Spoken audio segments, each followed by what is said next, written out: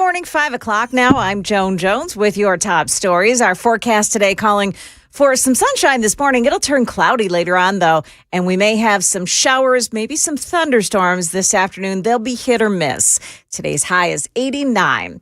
Well, today's Democratic Senate primary in Michigan is pitting progressive Abdul Al-Sayed against moderate Congresswoman Haley Stevens. And the candidates are separated on some pretty big topics, too, including their support or not support for Israel. Al-Sayed has called the war in Gaza a genocide and accuses Stevens of being a reliable pro-Israel vote. But his critics accuse him of fueling anti-Semitism. Nobody will fight harder against anti-Semitism than somebody who intimately understands what it's like to be discriminated against because of how I pray. Stevens calls herself a proud pro-Israel Democrat and says she won't allow outside money to buy her vote. A pro-Israel group and its affiliates have also spent nearly $30 million backing Stevens.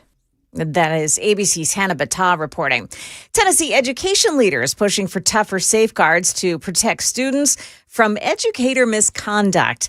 Lawmakers announced plans today to develop legislation targeting what they described as all forms of inappropriate behavior and abuse in schools. Channel 4's Amber Giants says that the move comes after recent high-profile incidents, like one high school teacher allegedly using AI to make inappropriate videos of students. It follows several student protection laws that were approved, too, in recent years. Now, in recent years, the Teacher Code of Ethics was updated, which prohibits teachers from having a relationship with students within 12 months of graduating or leaving the school. And the legislature also passed the Tennessee Anti-Grooming Act, which enhances penalties for any adults who sexually abuse a minor. New proposals are being reviewed in January. Market numbers brought to you by Beacon Capital Management, online at beaconcm.com. Wall Street rallied to start the week for a record close after oil prices began to go down after President Trump called off his planned upcoming strikes on Iran. Stocks also enjoying a tech boost Monday with several strong earnings reported, including Amazon, whose market value topped $3 trillion for the first time. The Dow closed 693 points ahead, with the S&P gaining 110 points, the Nasdaq a whopping 540 points. After nearly a decade of delays, the Federal Aviation Administration has finally certified the Boeing 737 MAX 7, moving the aircraft one step closer to taking the skies. The agency saying their approval reflects years of sustained work to resolve complex technical issues with the plane. The Food and Drug Administration announcing a new recall of Better Good pistachio nut butter sold at Walmart due to salmonella concerns. Agency warning any customers with it, don't eat it, throw it away. Chuck Sievertson, ABC News. And stock futures this morning pointing up, but really not by much. The Dow futures are plus 42 right now. That's the latest news. Traffic is next. I'm Joan Jones, WTN News. Hey, it's Dan Mandis from Super Talk 99.7 WTN and Nashville's Morning News. I'm here with Chris from USS, United Structural Systems. He's checking out my basement, my foundation, my crawl space to see if there's anything wrong. Fingers crossed.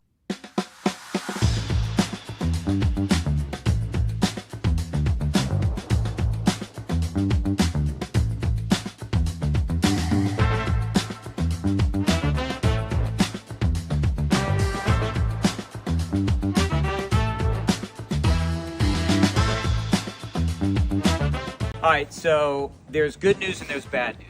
The bad news is we found some cracks in my basement wall. The good news, I've got Chris here who's going to walk me through the next steps. Yes, so unfortunately, your house has been subject to the pressure of the dirt. The hydrostatic pressure, heavy dirt pushes on foundation walls, and you got a little bit of what we call bowing. So that wall is pushed in a little bit. We have a lifetime warranty solution for that. So we install, usually in a day or two, this can be done in most situations. We install carbon fiber straps, which keep the wall from moving inward at any point in the future. It's a lifetime warranty for anybody that ever owns this house. So it's a quick and routine thing that we do, but it yields some long-lasting benefits. It's a great selling point if you want to sell your house. Absolutely. Good thing about our warranties is they're not only transferable, like the contract says, they're automatically transferred when you sell your house. So you don't have to sign any paperwork or even send us an email saying that you sold your house. warranty would transfer to the next owner.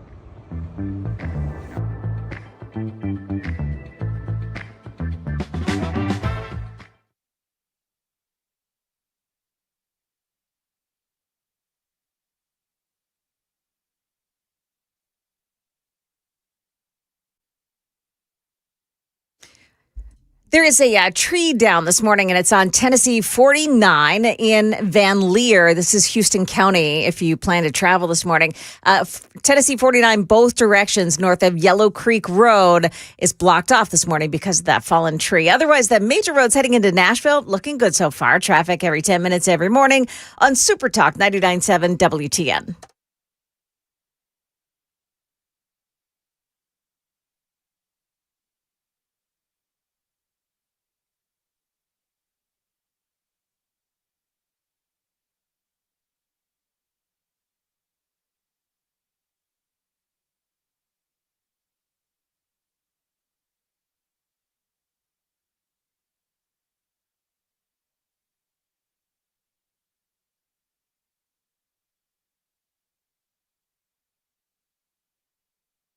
.506 Nashville's Morning News on Super Talk 99.7 WTN. Good morning to your friends. Hope you are doing well, and welcome on in to a Tuesday.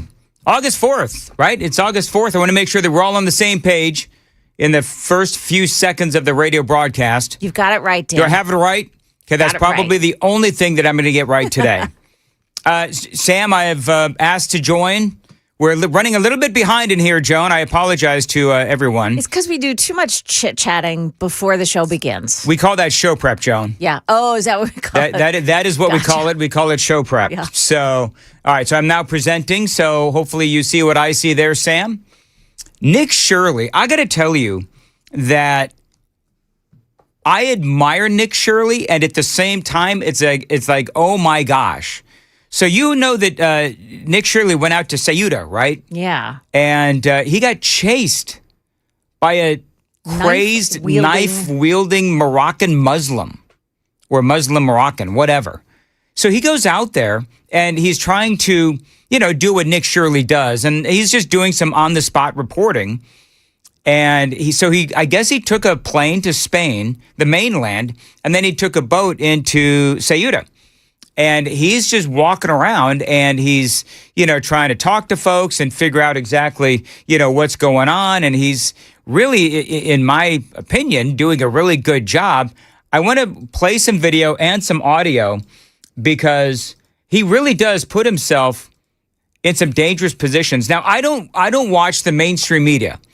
So my question to you, Joan, is this, because I know that you watch them every night religiously. Yeah. So has there been any other media organization that has broadcast live from Ceuta?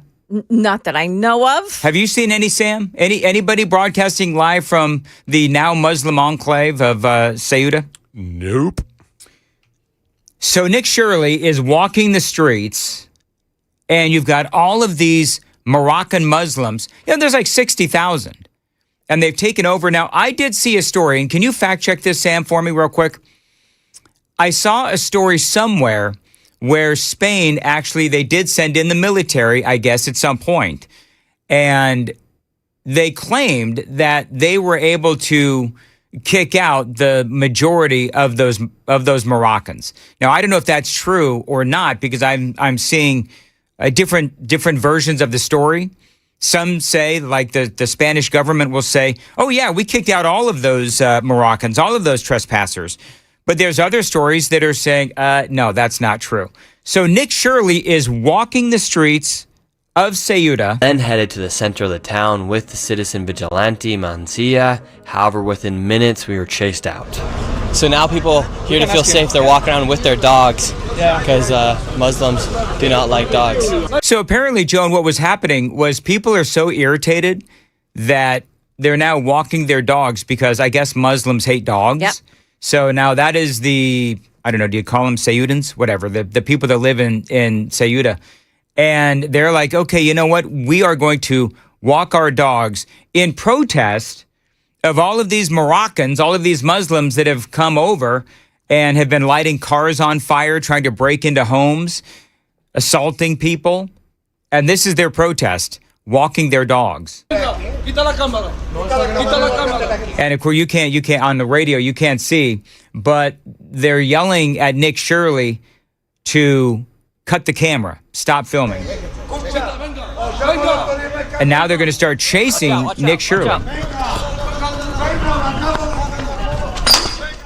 And now they're throwing bottles at him. Throwing stuff at us. And he's got some guy with him, a local guy who is helping him. They're throwing rocks. They're throwing rocks at Nick Shirley.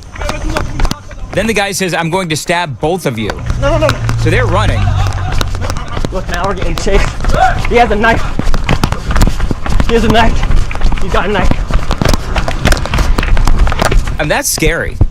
He's got a knife. So obviously Nick Shirley, he did survive. Our mission here in Spain, we showed you guys the truth of what was actually going on, and we finished with a knife. We finished with a knife chase down the hill, and then got escorted back up to our car from the Spanish police. If you enjoyed this video, please give it a like. And there you go. So what's that, Sam? I need to fix something in the studio. In my studio? Yeah. Someone messed with the camera again. Oh, okay. The YouTube feed did get to see that video, but it was plastered over your head. Oh, really? Yeah. Oh, okay. Yeah, I don't know who did it. You know what? I actually can some lashings. I can see that the camera is askew a little bit. It's very askew. After I said yesterday, hey people, we don't need to touch it, and we touched it even more. Do you know what I think? I think it's that young Jackson Williams. I think that's what he does. Like, you know what you do? Here's what you do. You go and you check the feed from yesterday, and then I'm going to continue on with the content. But check the feed from yesterday and see if I'm gonna turn him in, from Jay Willie into Jay Willie Liss. Anyway, whatever. So yeah, come fix it if you want. It's too bad though that people didn't see that video because it was really good. They saw it. It just they didn't see my head. Yeah. The video rested on say. your shoulders. Okay, that's okay. Nobody has to see my head. Trust me on that one. Anyway, very good. So yeah, come on in and fix it. Do what you need to do. But listen. Oh, did you find out if the Moroccans have all been dispatched from Ceuta? Yeah, according to the New York Times, about 48,000 to 50,000 Moroccans have been returned to Morocco after roughly 60,000 people crossed into the Spanish enclave of Ceuta. So where did the 12,000 go? Well, in one of his other videos, apparently Belgium and Berlin and all over Europe, rampaging about as they do. Rampaging about as they do, carrying their knives. Yes. All right. Very good. It is 5:13, Nashville's Morning News on Super Talk 99.7 WTN. So as far as Nick Shirley goes, he was on with Laura Ingraham. I'm going to play you some of that audio coming up because, he's got some stories to tell, Nick Shirley does. And you got to hand it to him. I'm not one, I don't know about you folks, but I'm not one to necessarily like videos. By the way, if you could like and subscribe to our YouTube channel, if I think I've liked and subscribed to that one. But if there's one guy, Joan, that deserves our liking and subscribing of his channel, it is Nick Shirley. Oh, absolutely. I mean, the man is being chased by a crazed Muslim Moroccan with a knife. So the length that some people will go to get likes and subscriptions. So yeah, go. I will fully admit that we have not voluntarily gone to be chased by crazed Moroccans with knives. But you know what? Maybe we should. Maybe, Joan, our numbers would be up. So isn't it kind of funny? Like when he first began this, it was with his mom. And can you imagine like her still sticking around with him, going to Morocco to cover the military age men invading Spain? I mean, he told her she needs to stay home and it's a little too dangerous. And now we get it. Mm-hmm. We get it. No, we get it.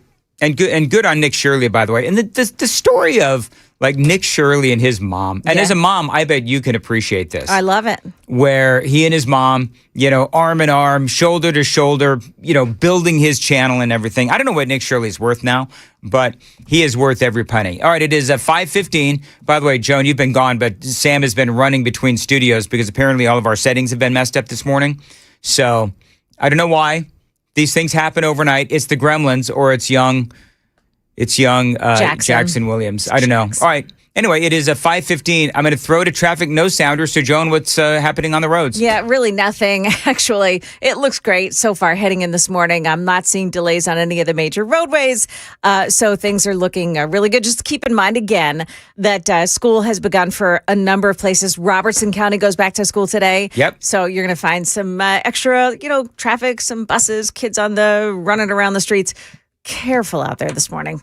Traffic every 10 minutes every morning on Super Talk 99.7 WTN. Even when there's nothing going on. Yeah. Do you remember? So this is a life with a 12-year-old going on like 18-year-old. So I don't know about you, but when you have a 12-year-old in the house, how was school? Fine. What'd you learn? Nothing. Yeah. Do you have any classes with your friends? Yeah. So finally, I got to the point where, because you know me, I'm a talker, right? So I can't help myself. It's what you do for a living. I actually threatened Riker because I wanted to make sure that I had pizza ready for him when he got home. And so I said, all right, listen, you don't get any food until you start talking. And so, I Did made he start talking? He started talking.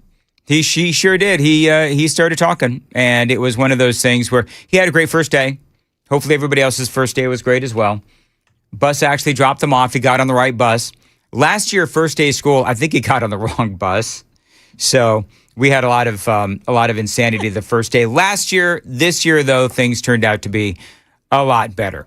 All right, Nick Shirley, real quick. By the way, as far as your weather goes, what are we talking? Storms in the afternoon, a high of 89? Perhaps. So it's sunny this morning. Then we'll get more cloudy skies, and then the chance that we'll have some thunderstorms or showers moving through. And it's 89 for a high today. Stefano, by the way, says that the humidity will get markedly stepped up this afternoon into tonight. Okay, very good. You want to hear some Nick Shirley on Laura Ingram's program? Oh, yeah.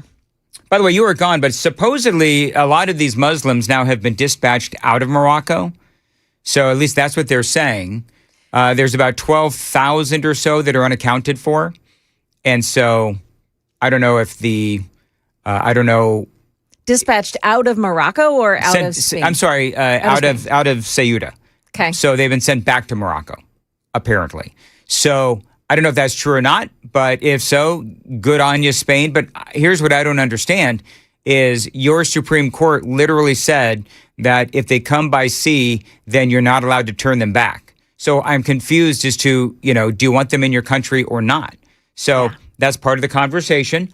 But anyway, Nick Shirley was on with Laura Ingram.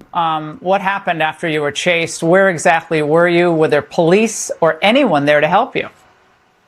Yeah, we ran down to the bottom of the hill because we were kind of on the top of the hill at that point when we were getting chased. And then we saw a guy reach for his knife and he said he was going to stab both of us. So we obviously ran as far as we could. And then we got to a spot and it was funny. Our car was parked like right next to where the guy was, where he threatened to stab us. So we had to get in a police car and then had them drop us off so we didn't get stabbed or the guy didn't come after us again. Well, there goes your camera. That's okay. Were you, was that a Moroccan? I mean, who was that guy? Were these migrants that were still hanging around, or who were these people? I'm pretty sure, I don't know, Laura, pretty sure that was a Moroccan. I can't see a Ceutan doing that, but who knows? Yeah, it was a group of people that were still hanging around. Some of the Moroccans that haven't gone back yet. There's still thousands of people on this. It's basically like a little island because it's just this part of Spain that's just all by itself on the African continent. So, they think it's theirs. That's what happened. Yeah, remember, and I explained all this on the day that, and it doesn't excuse it, but the Moroccans, they claim ownership, if you will, to Ceuta. They claim that it's theirs. Spain claims it's theirs. So it is disputed territory. But you know what's so interesting, though, is the lack of foresight or forethought on the side of Spain, where their new leadership said it was okay if all of these Moroccans come into Ceuta. If they come by boat, then you cannot automatically turn them back, which basically was, like Joe Biden saying, okay, we're going to catch and release. It's the same thing. So whether we're talking about what is going on in Ceuta, Spain, with Morocco, or whether we're talking about the rest of the world with America and our southern border, it's all the same. You open the door and guess what's going to happen? They're all going to come in. I got some crap from some folks for saying on the first day this whole thing happened, I said, this is great. I love that this is happening because it is a reminder of the scenes that we saw during the Biden administration. This is exactly what we need to see as a reminder that, yes, the world outside of America, and there's a lot of dangers inside America, but there's a lot of dangers outside of America as well, and they're just waiting to come in. And you've got to keep them out. We've got to keep them out. I'm sorry to say, but we've got enough problems inside our country. So as I've been saying, it is good that this happened. Do you know what I'd like to do, by the way?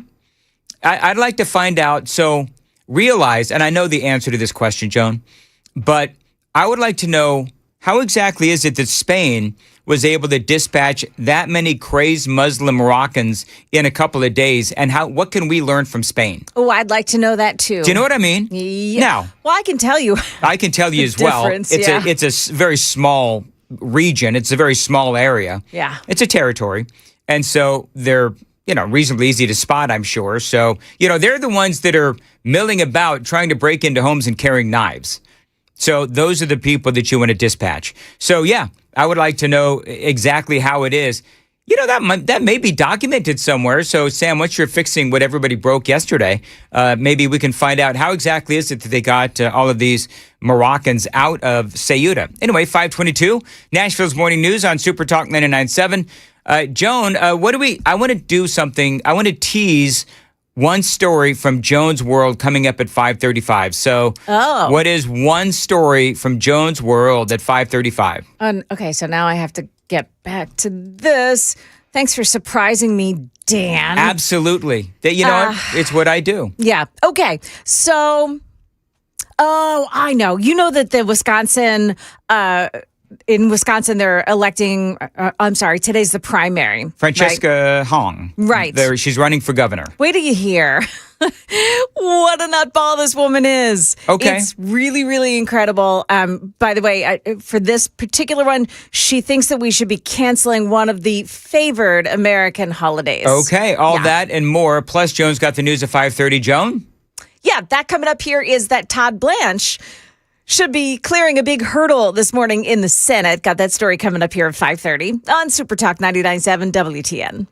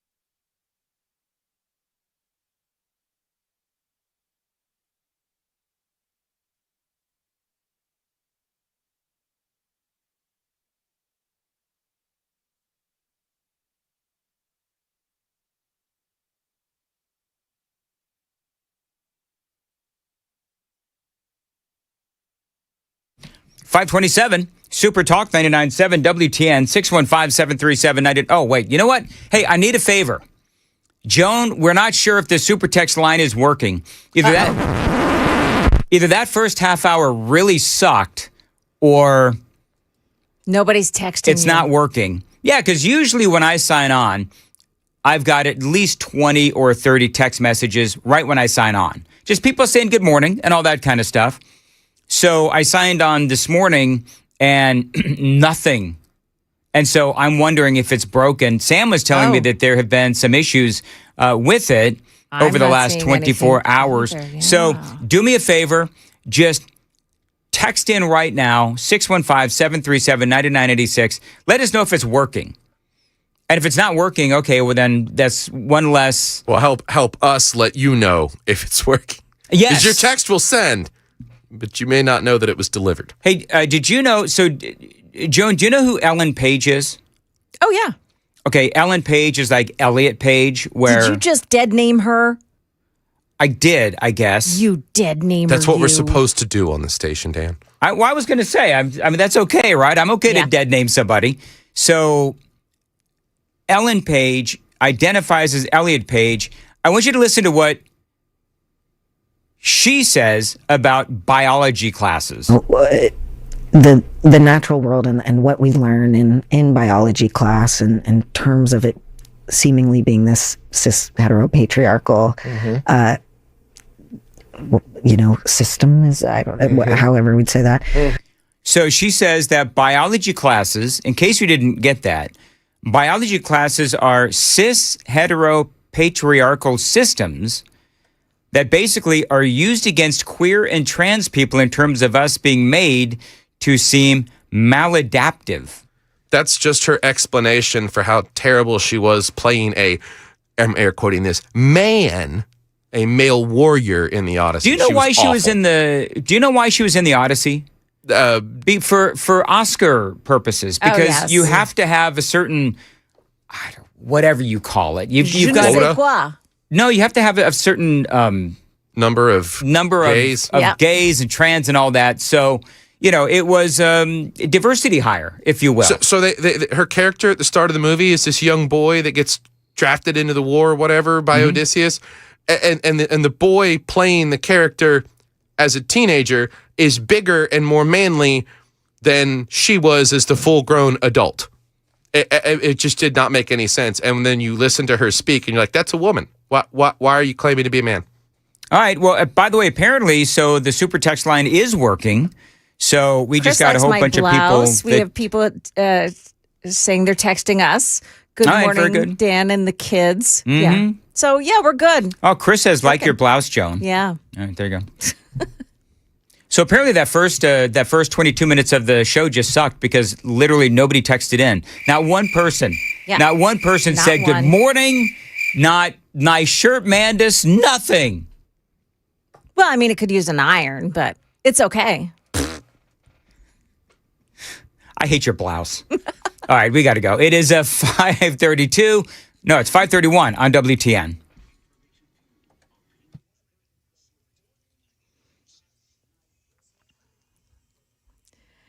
Good morning. I'm Joan Jones with your top stories and a really pretty blouse. Forecast for today, turning cloudy for this afternoon, maybe some showers or thunderstorms as well. And Stefano tells us it's going to be much more humid today, our high around 89 degrees. In the news, the Senate Judiciary Committee expected to vote this morning on Acting Attorney General Todd Blanche's nomination for the full-time role. Republican Senators John Cornyn and Tom Tillis are expected to support the nomination now that he has rescinded President Trump's anti-weaponization fund in writing. The Senate Judiciary Committee has 2 more Republicans than it does Democrats. That means that likely Blanche is going to need every Republican on that panel to advance. Because Cornyn and Tillis have now dropped their objections, we expect Blanche to be confirmed by the committee this morning and then sent to the whole of the Senate floor for further consideration. That could set Blanche up for a vote for final confirmation later this week or potentially over the weekend. And that is ABC's Ali Picorin reporting. First day of classes for Robertson County students today. And the superintendent there, Danny Weeks, telling News 2 that parents should know some schools have changed their visitor check-in process. In Robertson County, our staff and our student safety is number one priority for us. We're glad to partner with the Robertson County Sheriff's Office. They have deputies in all of our school buildings.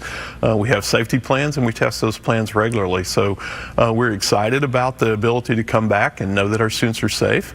I know sometimes that's an inconvenience to parents, wanting to come in and see their children and things like that. But, just protocol of how to do that, checking in through offices and things. So it's important for us to make sure our students and staff are safe. And now it is a half day today for Robertson County. The first full day will be tomorrow. That's the latest news. Stick around. Traffic is next. I'm Joan Jones, WTN News. Times are tough. Absolutely, I agree. Now, if you need a new truck or a minivan, maybe an SUV, Mid-10 Ford, they can help you out with great selection, terrific pricing as well. Mid-10 Ford, they've been around for 56 years, since 1969, helping people get the vehicle that is right for them. They can help you save $1,000 or more on select Ford trucks. They also offer special financing as well if you need it. Now, Mid-10 Ford, I like to say that they're a one-stop shop. You can buy your vehicle there at Mid-10 Ford. You can get it serviced. They have a body shop as well. So you want a brand new or a pre-owned vehicle, you can check out all of the great deals at their website, mid10fordtrucks.com. That's mid10fordtrucks.com. They offer low-pressure sales, maximum customer service if you show up at their business, 1319 Foster Avenue. This is a family-owned business going back 4 generations. So, yeah, they do know how to treat customers. So let them help you get into your next vehicle. Again, low-pressure sales, maximum customer service. Find them online, mid10fordtrucks.com. That's mid10fordtrucks.com. Let their family take care of your family.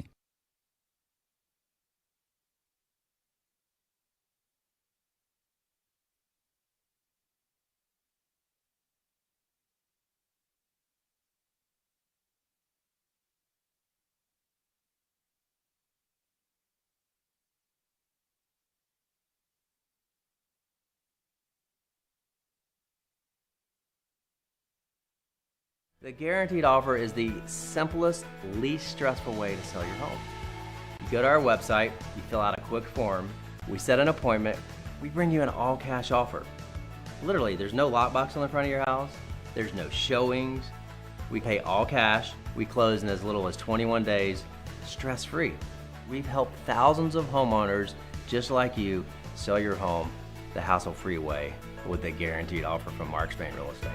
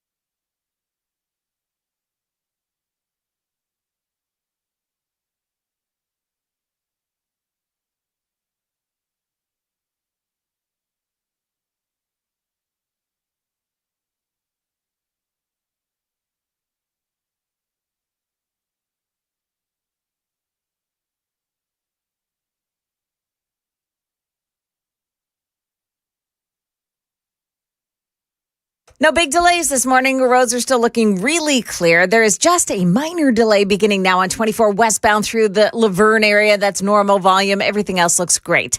Traffic every 10 minutes every morning on Super Talk 99.7 WTN. 537 Super Talk 99.7 WTN. Good morning to your friends. Hope you are doing well, and welcome on in to Nashville's Morning News. But, you know, it's interesting how observant people are. And somebody sent me a note and noticed, believe it or not, that I'm using a different coffee mug this morning. I don't know, Joan, if you saw what happened yesterday. I heard what happened.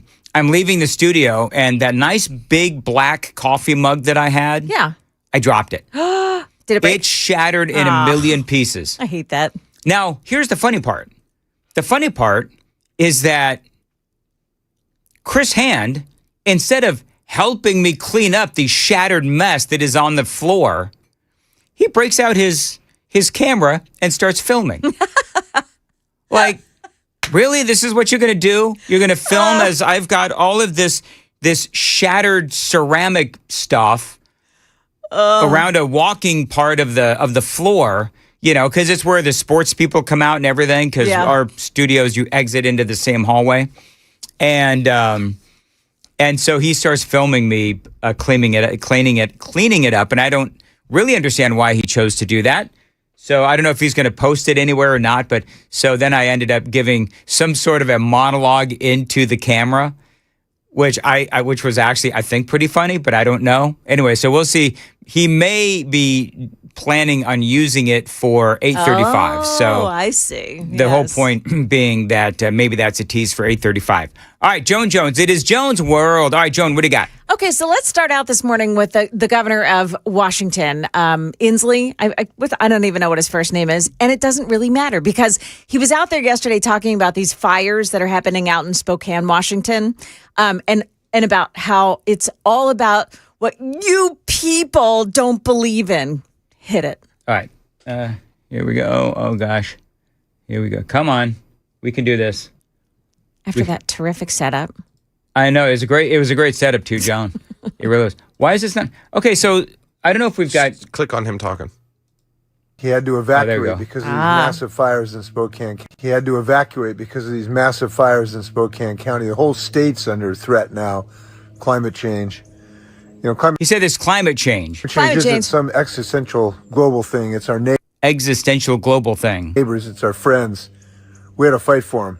He had to. So it was arson. It was arson. So that's the end of the story there is that a 37-year-old guy who was a resident with a previous manslaughter conviction is out of jail on the streets and goes and sets fires because that's what you do. He had previous, if I read the story correctly, he did have some previous, I don't know, charges or allegations or whatever about arson.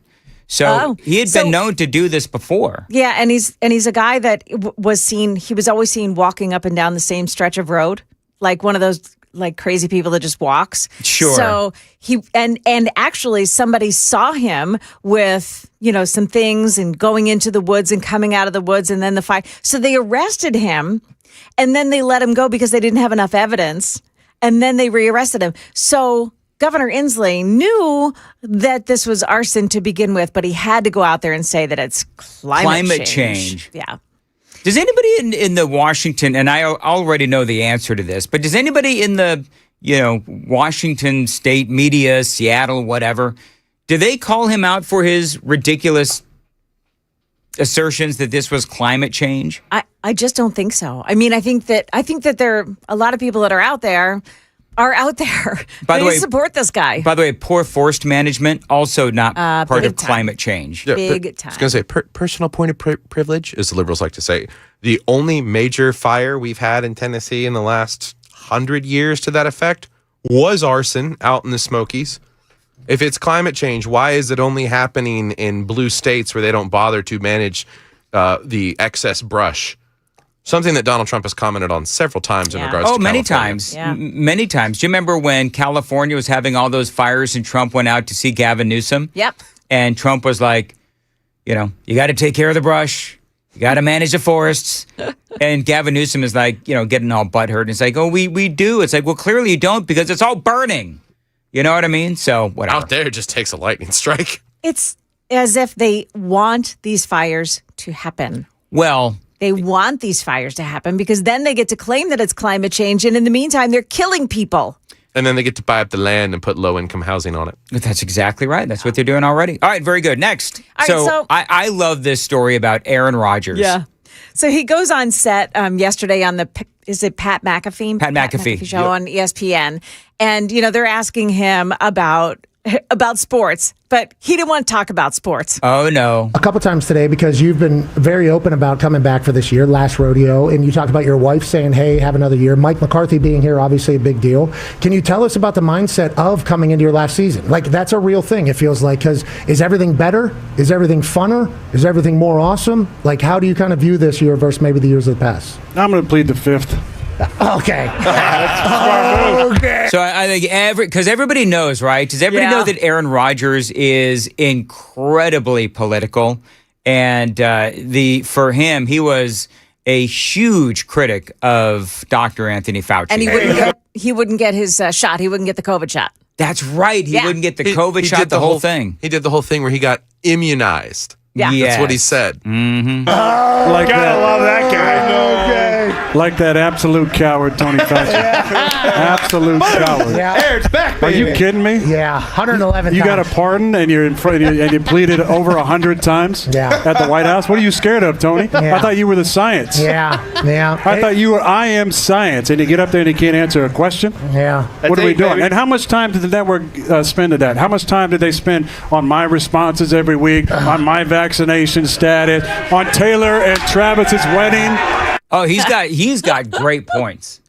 Yep. Because I don't know if y'all remember, but Aaron Rodgers, he was seen and portrayed in the media kind of like Joe Rogan. Yes. Where they portrayed Aaron Rodgers as a kook, a nutball, conspiracy theorist, the whole thing. And he comes in there and dangerous to his fellow players. And dangerous to his fellow players. I remember that whole thing.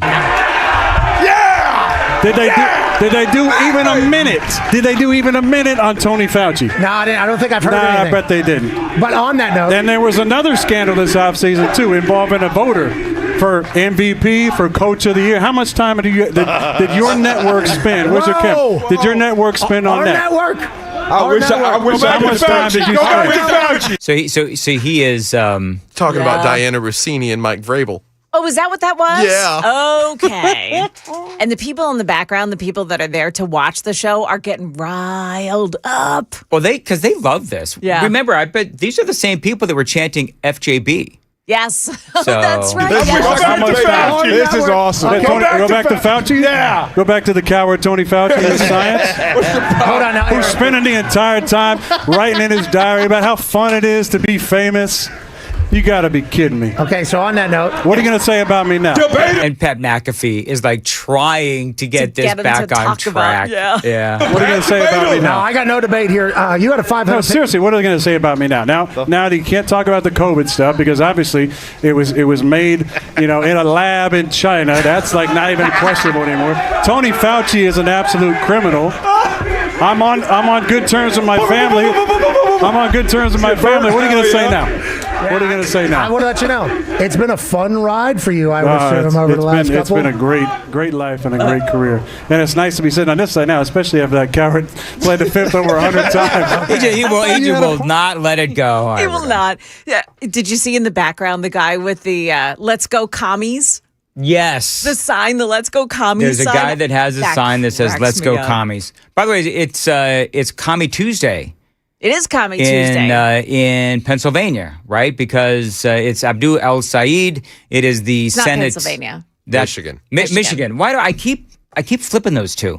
So in Michigan, Abdul El Sayed, it is, as I said, Commie Day in Michigan, where it's a primary day there. And so we'll see there's in Michigan, they're saying this is really the race that will show the direction of the Democrat Party.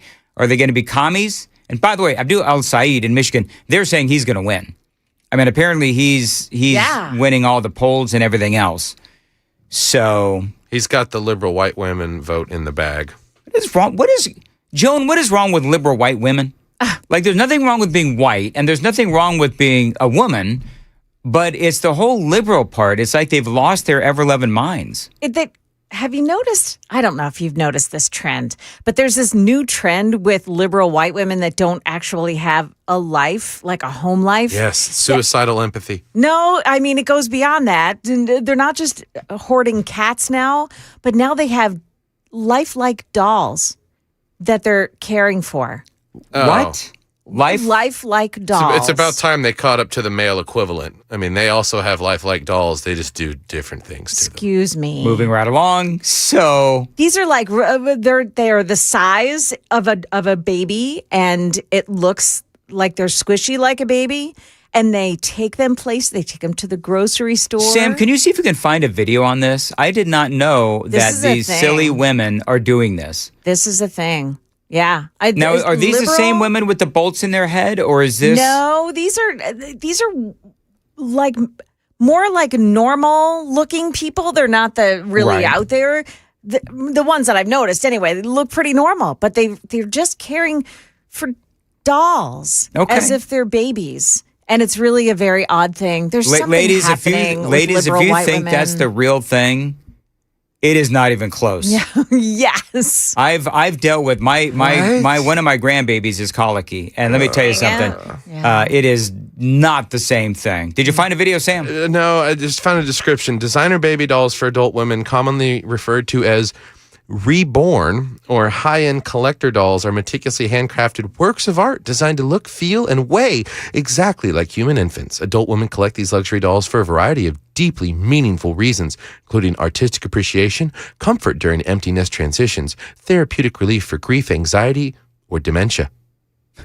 Did you add the dementia part? No. Oh, really? Yeah. Okay, very good. What about mental illness? Is mental illness part of it? I think mental illness is definitely a part of it. When you don't have something to fill that void of caring and nurturing that is innate in women, you put it towards something, either all the Muslim migrants flooding your border or these dolls. Well, and Sam mentioned, and it's absolute truth, these liberal women and suicidal empathy, where you look at all of the moms that have been killed by illegal aliens, Joe Biden's illegal aliens, and you want to put the same party in power that allowed all of that to happen and flood into our country again?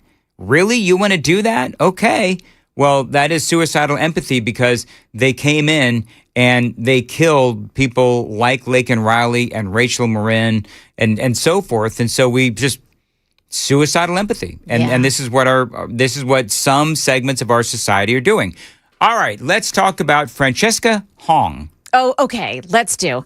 So this is the woman who is running as the Democratic Socialist candidate for governor of Wisconsin. One thing that they brought up as well was a post from you in 2021 where you said Americans should cancel Thanksgiving, should have done this in 1621.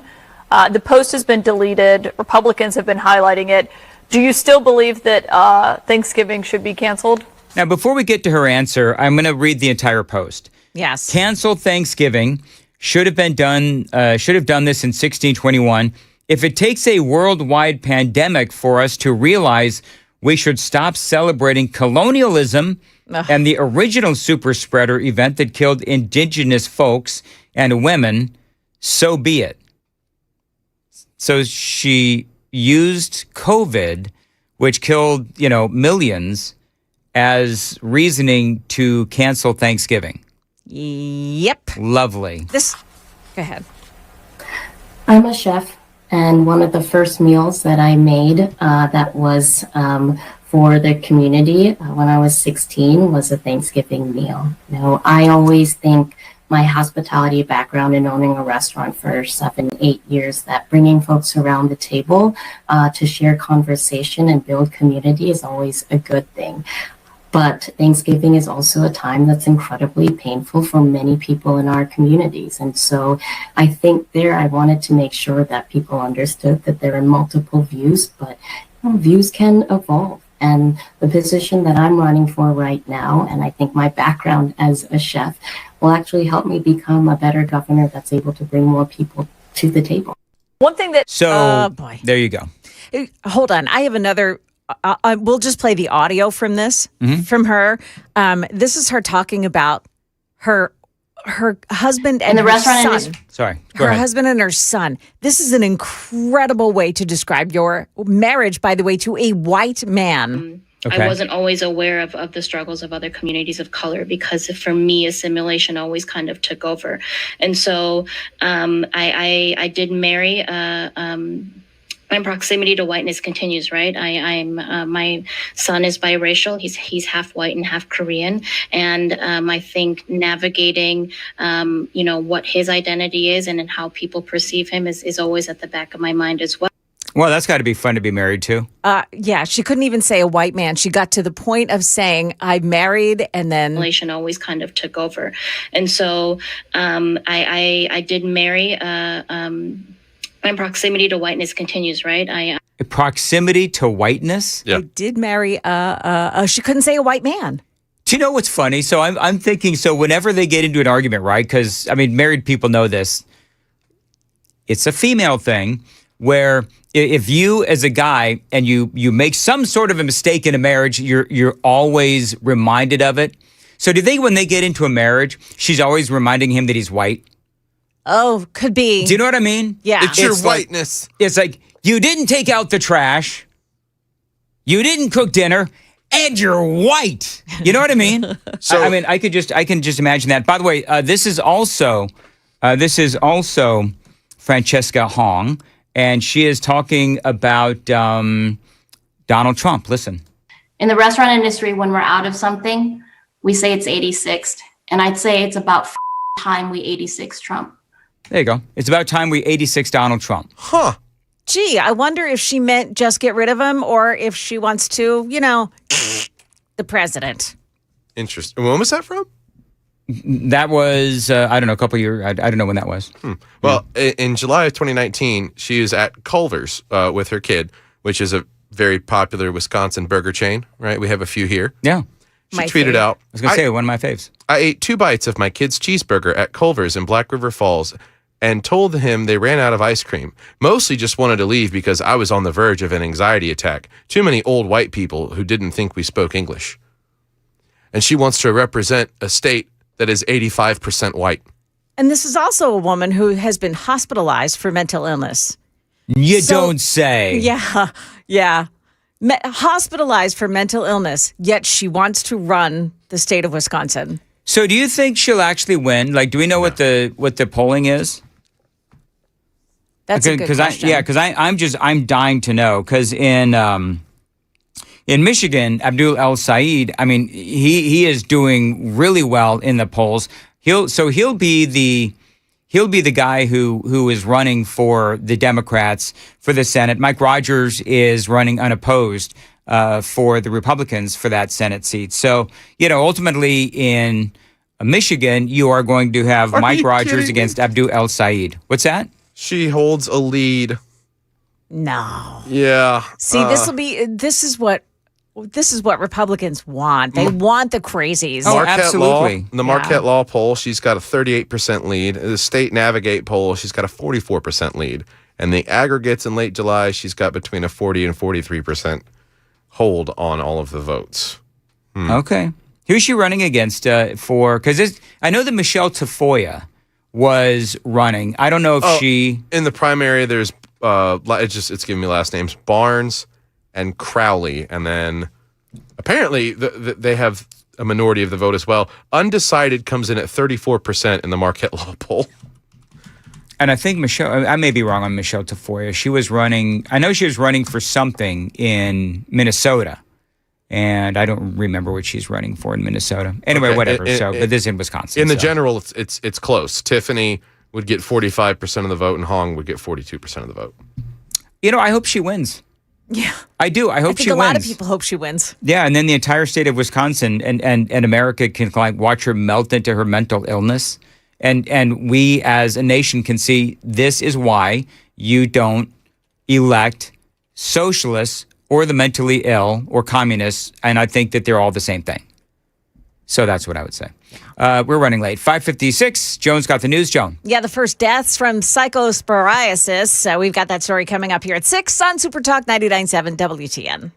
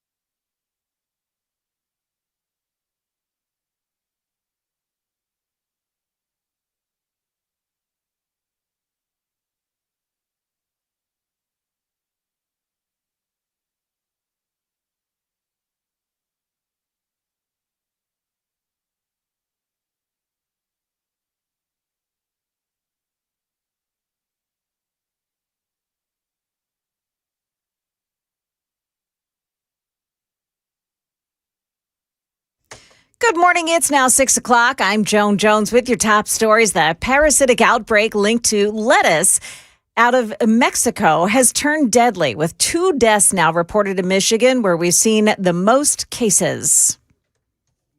Underlying health conditions that may have been worsened by cyclosporiasis and dehydration. Nationwide, more than 18,000 people have gotten sick in 45 states. The FDA has linked the outbreak in Michigan and 8 other states to iceberg lettuce sourced by Taylor Farms in central Mexico and served at some Taco Bell restaurants. That's ABC's Lionel Moise reporting. The White House has called off another planned massive attack on Iran over the weekend. According to President Trump, Iran offered to negotiate a deal. ABC's chief Washington correspondent Jonathan Karl. I want to give him every last chance before decapitation. Trump insists he called off the attack because Iran's leaders asked him to. They called me. And they said, please don't attack, we'll make a deal. That's the real It's at truth. least the 7th time And Trump has everyone threatened a major new attack, only to call it off, claiming progress on peace talks. Iran flatly denied any negotiations with the U.S. were underway. Market numbers now brought to you by Beacon Capital Management, online at beaconcm.com. Investors are poised to build on Monday's strong start to the week. The S&P added nearly 1.5% yesterday. The Nasdaq Composite surged more than 2%. The Dow Jones gained 700 points to close at a record 53,178. In the largest class action settlement in U.S. history, more than 170,000 student borrowers who said their schools ripped them off will have their loans forgiven. Collectively, they'll have $11 billion in debt erased. Paper products giant Kimberly-Clark says it may have found a way to stop using trees. Early tests show that a plant called Hesperaloe could be used to make products that are stronger and softer than ones made with wood. The first banners have gone up on strip shopping malls and standalone retailers, signaling the approach of fall. The flagship Spirit Halloween store in Egg Hollow, New Jersey, has opened for the season. The specialty chain plans to operate an unprecedented 1,575 shops this year. Jim Ryan, ABC News. And stock futures this morning are improving. The Dow futures right now plus 316. That's the latest news. We've got traffic and weather ahead. I'm Joan Jones, WTN News.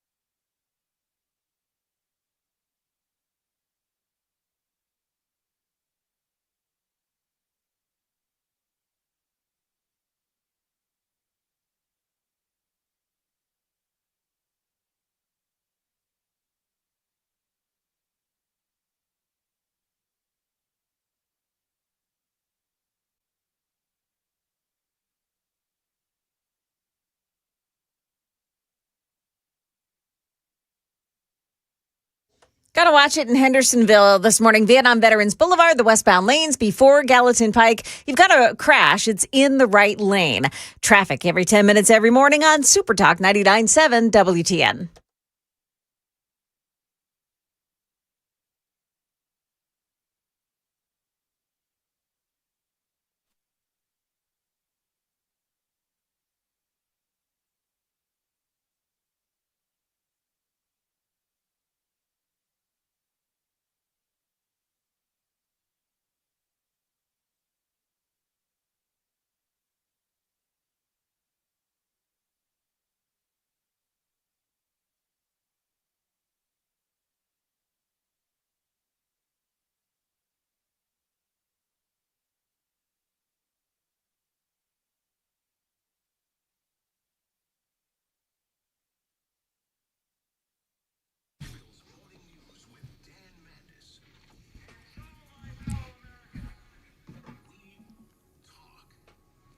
6:06 on Super Talk 99.7 WTN. Hey, coming up at 6:35, Matthew Hurt is going to join us. We're going to talk about Commie Day in Michigan with Abdul El Said. It is, of course, the Senate primary, and we'll see if he ultimately ends up winning.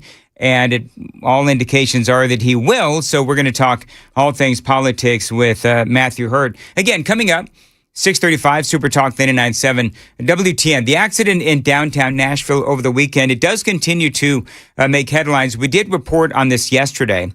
The 87-year-old man behind the wheel of a car, running that red light, killing one, sending 3 others to the hospital. Tragic, tragic, tragic. One of the things that I can't understand, the man's caregiver was in the back seat looking at her phone. So, of course, my question is this.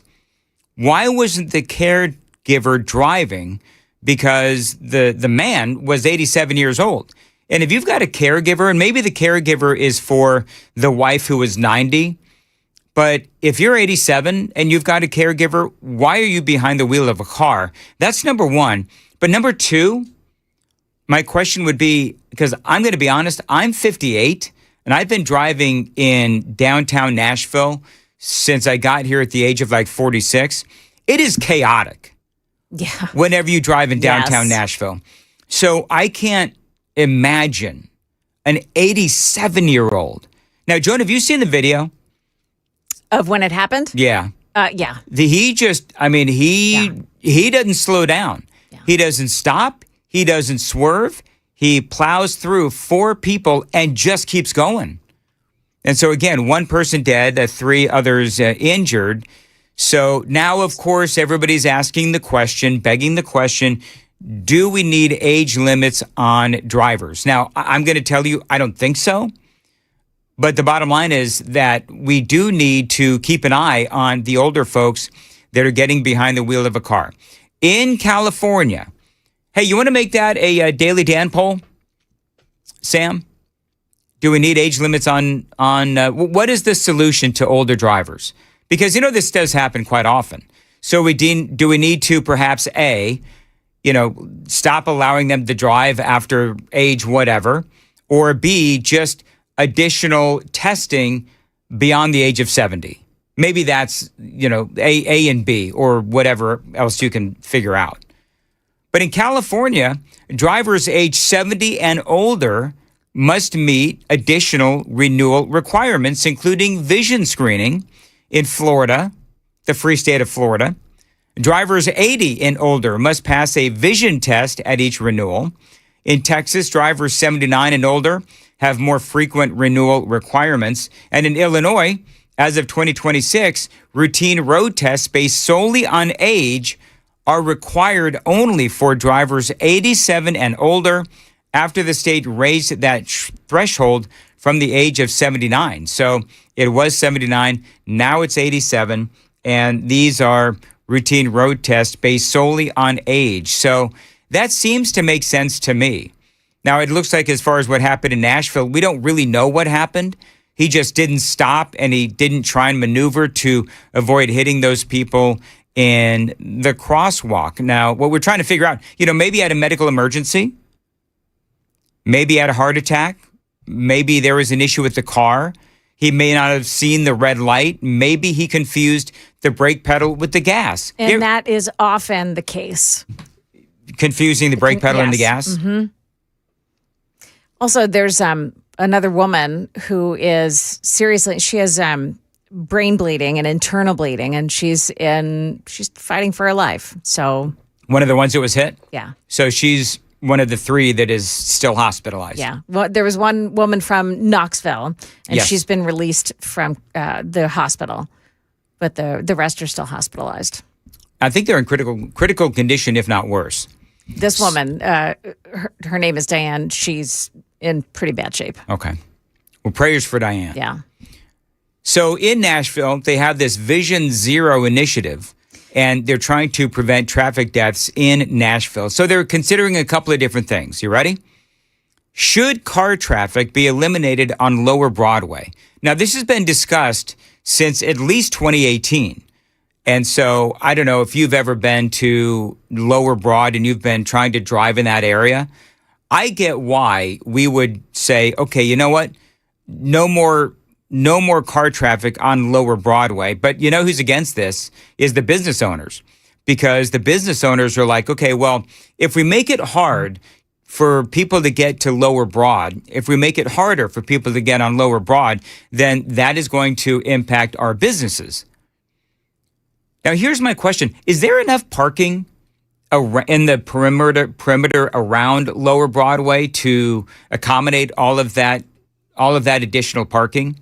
Because, you know, if you are going to force everybody to park outside of Lower Broadway and walk into Lower Broad, is there enough traffic? Or enough parking? That's kind of what people already do, like especially for something like a concert at Bridgestone or a Preds game. People park on the outskirts and walk in. What it'll really impact, because I did it and I absolutely hated it with a passion, is delivery drivers that have their last stops on 2nd and on Broadway to these businesses that need these items for Friday and Saturday night, as well as your tourist attractions in the it used to be the pedal taverns. Now we have these glorious tractors pulling trailers of half-naked and very drunk individuals around. But that business will get cut and mowed down because they stop at these bars and drop people off. So here's my question. Number one, I did read about that. One of the things that they're talking about is that deliveries will have to deliver their stuff, their goods, early morning,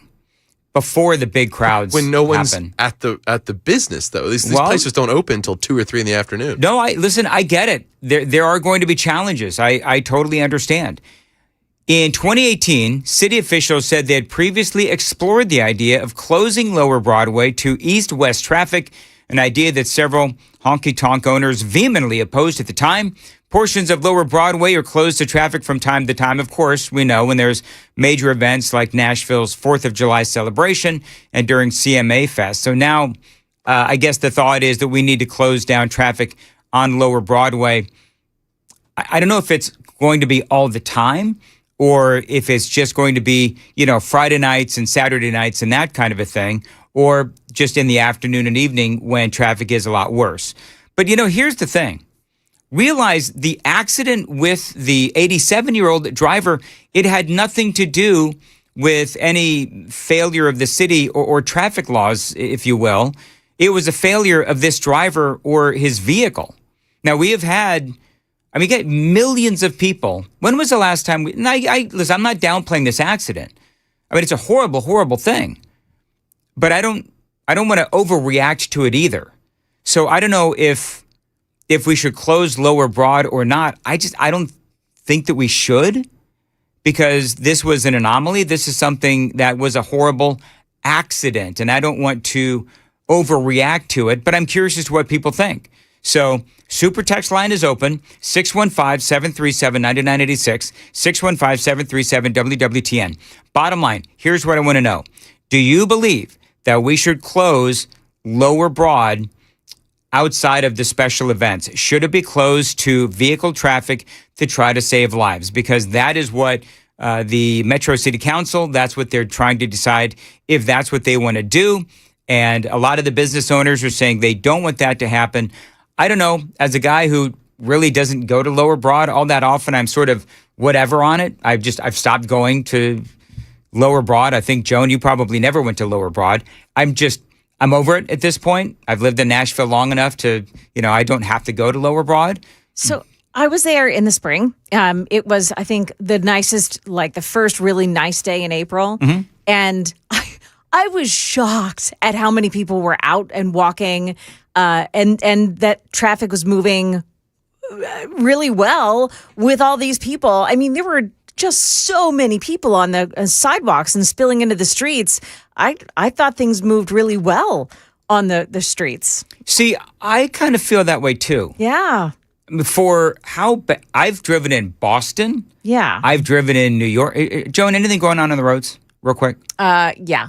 All right, go do it real quick. It's gone. Never mind. Everything is fine on the roads. It's just normal stuff. All right, very good. So I do. I'm with you, Joan. I think the traffic Lower Broad in Nashville, generally speaking, I think it actually is pretty good because I have driven in places like Boston and New York and Washington, D.C. It is awful. So in Washington, D.C., they see this zero, what do they call it? Zero, the effort to have zero traffic accidents. Right. Whatever it is. That's one of those nationwide. Vision Zero. Vision Zero. That's what they're trying to do here. Right. And so that's a nationwide thing that's happening in all the liberal cities. This is what they're all going for. And the goal of Vision Zero is to eliminate traffic, period. Is it try to eliminate cars? Yes, they don't want cars. Okay. Right? So that's what they're trying to do. They're trying to tell people you need to bike in. You need to take a train or something. Yeah, but here's the they thing. don't want. So what they're doing is they're taking up lanes of traffic, which they've done in Washington, D.C. They take up lanes of traffic for bus lanes. Bus lanes only in this space. And then next to the bus lane is a bicycle lane, and bicycles and pedestrians. So they've made a tiny little space for cars. Now it's all jammed up on the roadways, and people feel empowered on those bicycles and pedestrians to walk out into the street without even looking up from their phones because they are empowered by the governments to do this. And it causes more accidents. So what they're doing after they start creating more pedestrian accidents is saying, oh, wow, the cars have to go. Yeah. That's what this whole goal is. Don't let them fool you. Well, and here's the other part of that. You know what else they're doing is no right on red. Yeah. So that's another thing that they want to do. Do you know how much traffic congestion that's going to cause? Yes. If you can't, and I get it. You know what they call it, by the way? And as a Californian, I take offense to this. They call it the California roll. The California roll, yeah. Why is that? I don't even know. Because you don't roll, you don't stop, you just sort of roll through. Well, yeah, but that's not a California thing. That's a thing that just unfortunately people do. But during the report that I was watching this morning, they've got all these people that are just audio up. They got people just rolling through. It's a red light, and you're trying to make a right turn, and people just they don't come to a complete stop. Pedestrian safety has been a major focus at recent Metro Council meetings. We know overall that the streets of Nashville are extremely dangerous. For the past several years, we've had over 100 people killed on our roads. As council members continue searching for ways to reduce deadly crashes to zero. So this is just one tool in our toolbox to implement Vision Zero, the goal of which is to eliminate all pedestrian deaths, all deaths on the street. So that is Ginny Welch. Remember, again, it's not always the fault of the drivers. You have people that are so drunk and falling into the roads. There's that aspect of it as well. You have people that are riding the scooters. They don't really know how to use them. They end up running into traffic. So there's a number of things that are going on. It's not always the vehicle's fault.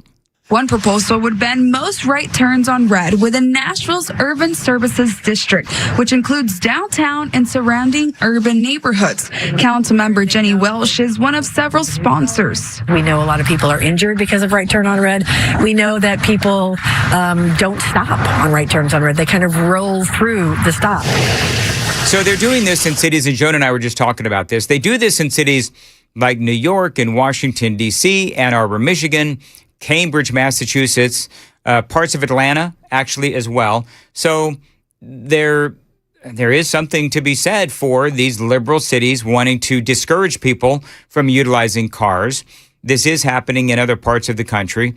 Now, they say that this is all relatively new, so we don't actually know how effective it is in saving lives, the, no right on red. And so, ultimately, to me, this is going to back up traffic big time, because if you're sitting there and you're waiting for the light to turn green before you can make that right turn, that's going to be a pain in the butt. That is going to make traffic, in my opinion, unbearable in Nashville. Fox 17, though, did a poll.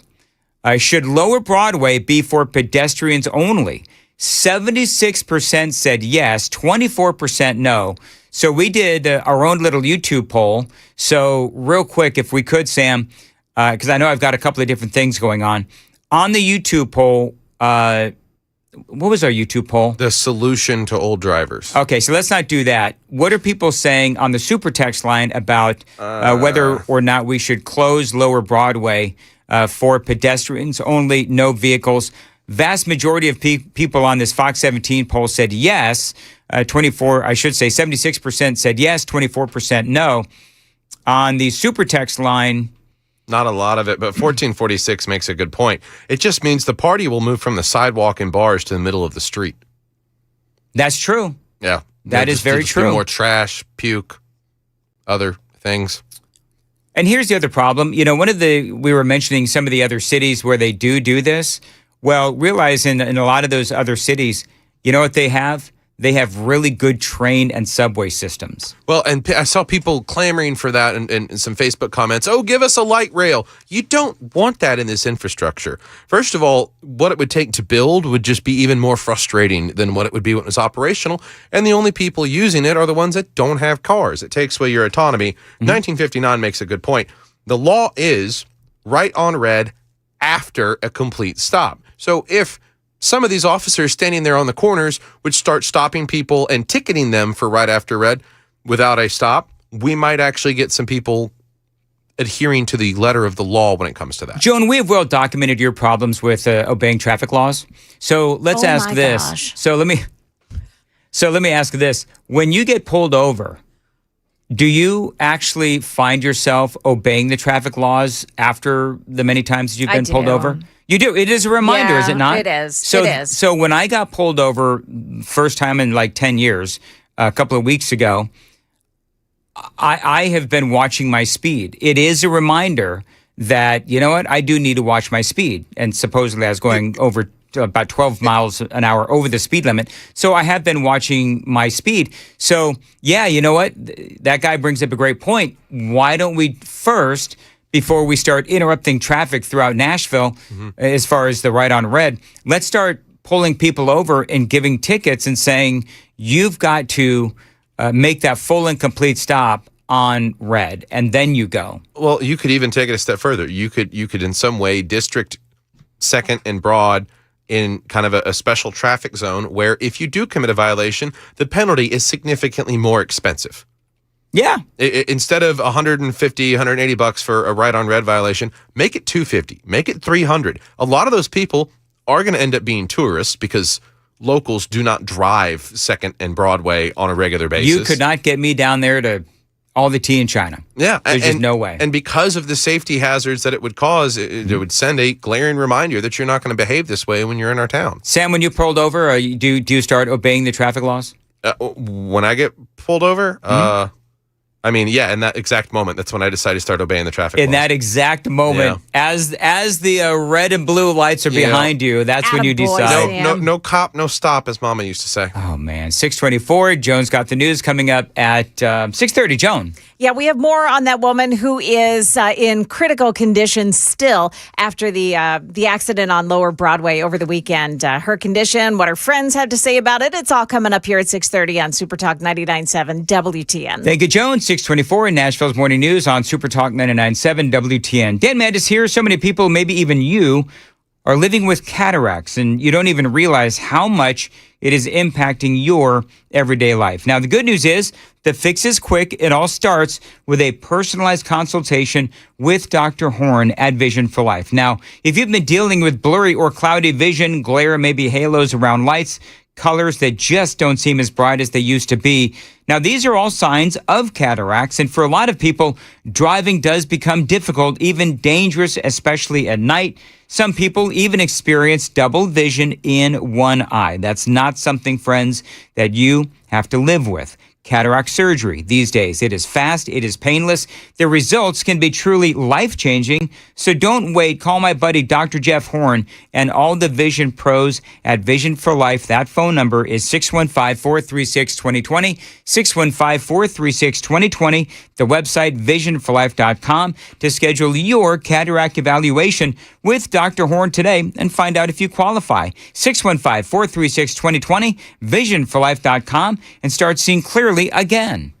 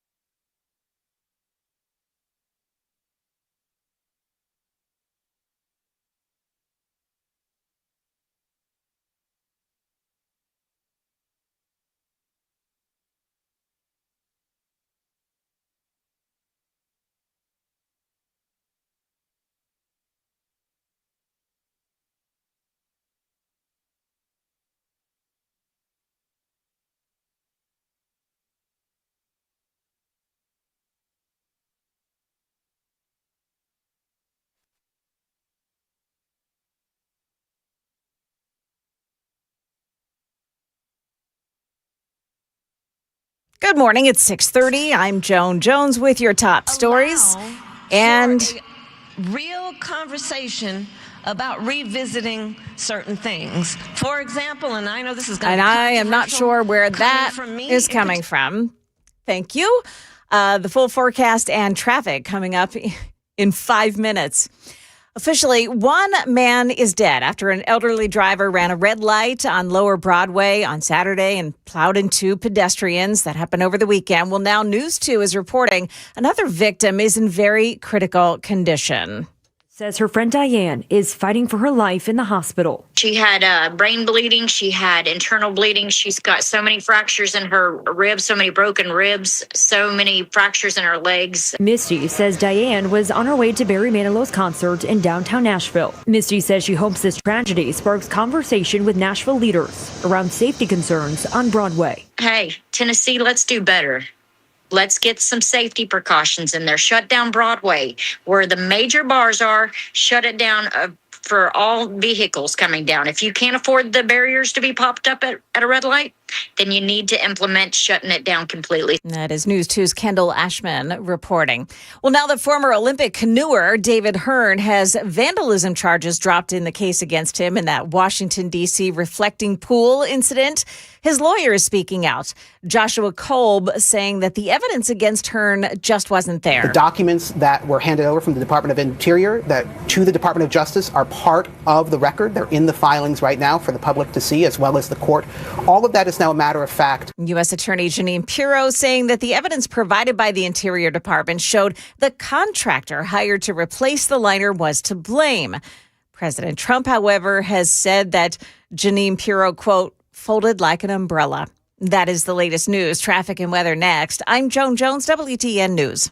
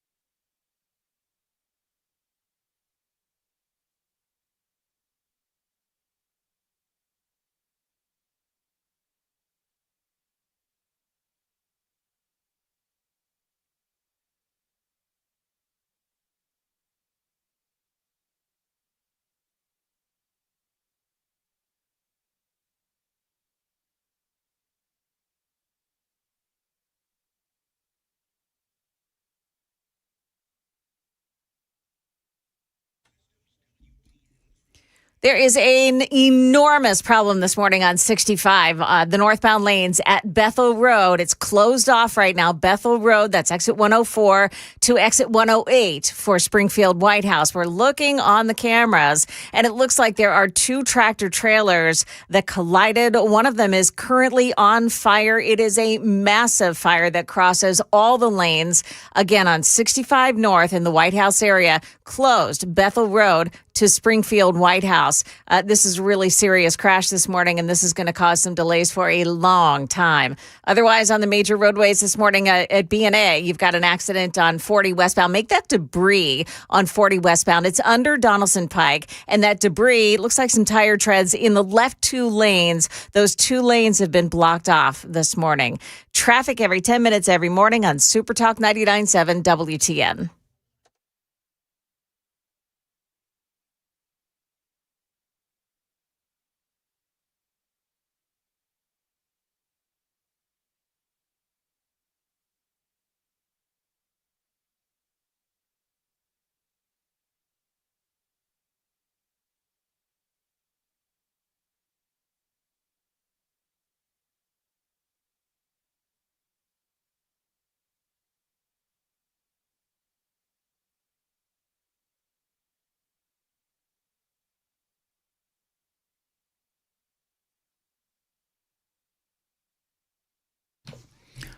.638 Nashville's Morning News on Super Talk 99.7. Joan, that sounds like an incredibly serious accident on 65. Goodness, I'm watching it. That fire is out of control. So a couple of and let's make sure we tell people again where it is. So it's on 65 North at Bethel. Okay. Now the camera, Sam's going to try to put the traffic camera up on so that everybody can see it online here on YouTube. It's the SmartWay camera for that area. Now we're seeing the camera angle is from behind all the cars that are backed up, but it's going down a hill. So you can kind of see the flames are shooting above where all the cars are, and it's across at least two lanes that these flames are coming up. Man, this is going to be a huge backup. We don't know what was in that truck, by the way, what it was loading or hauling. We don't. It's crazy. That's a huge backup. And all the lanes are shut down? All the lanes are shut down. 65 North at Bethel. At Bethel, yeah. And that's in White House? White House, yeah. So it's closed Bethel, that's exit 104, through Springfield White House 108. Is your camera still up?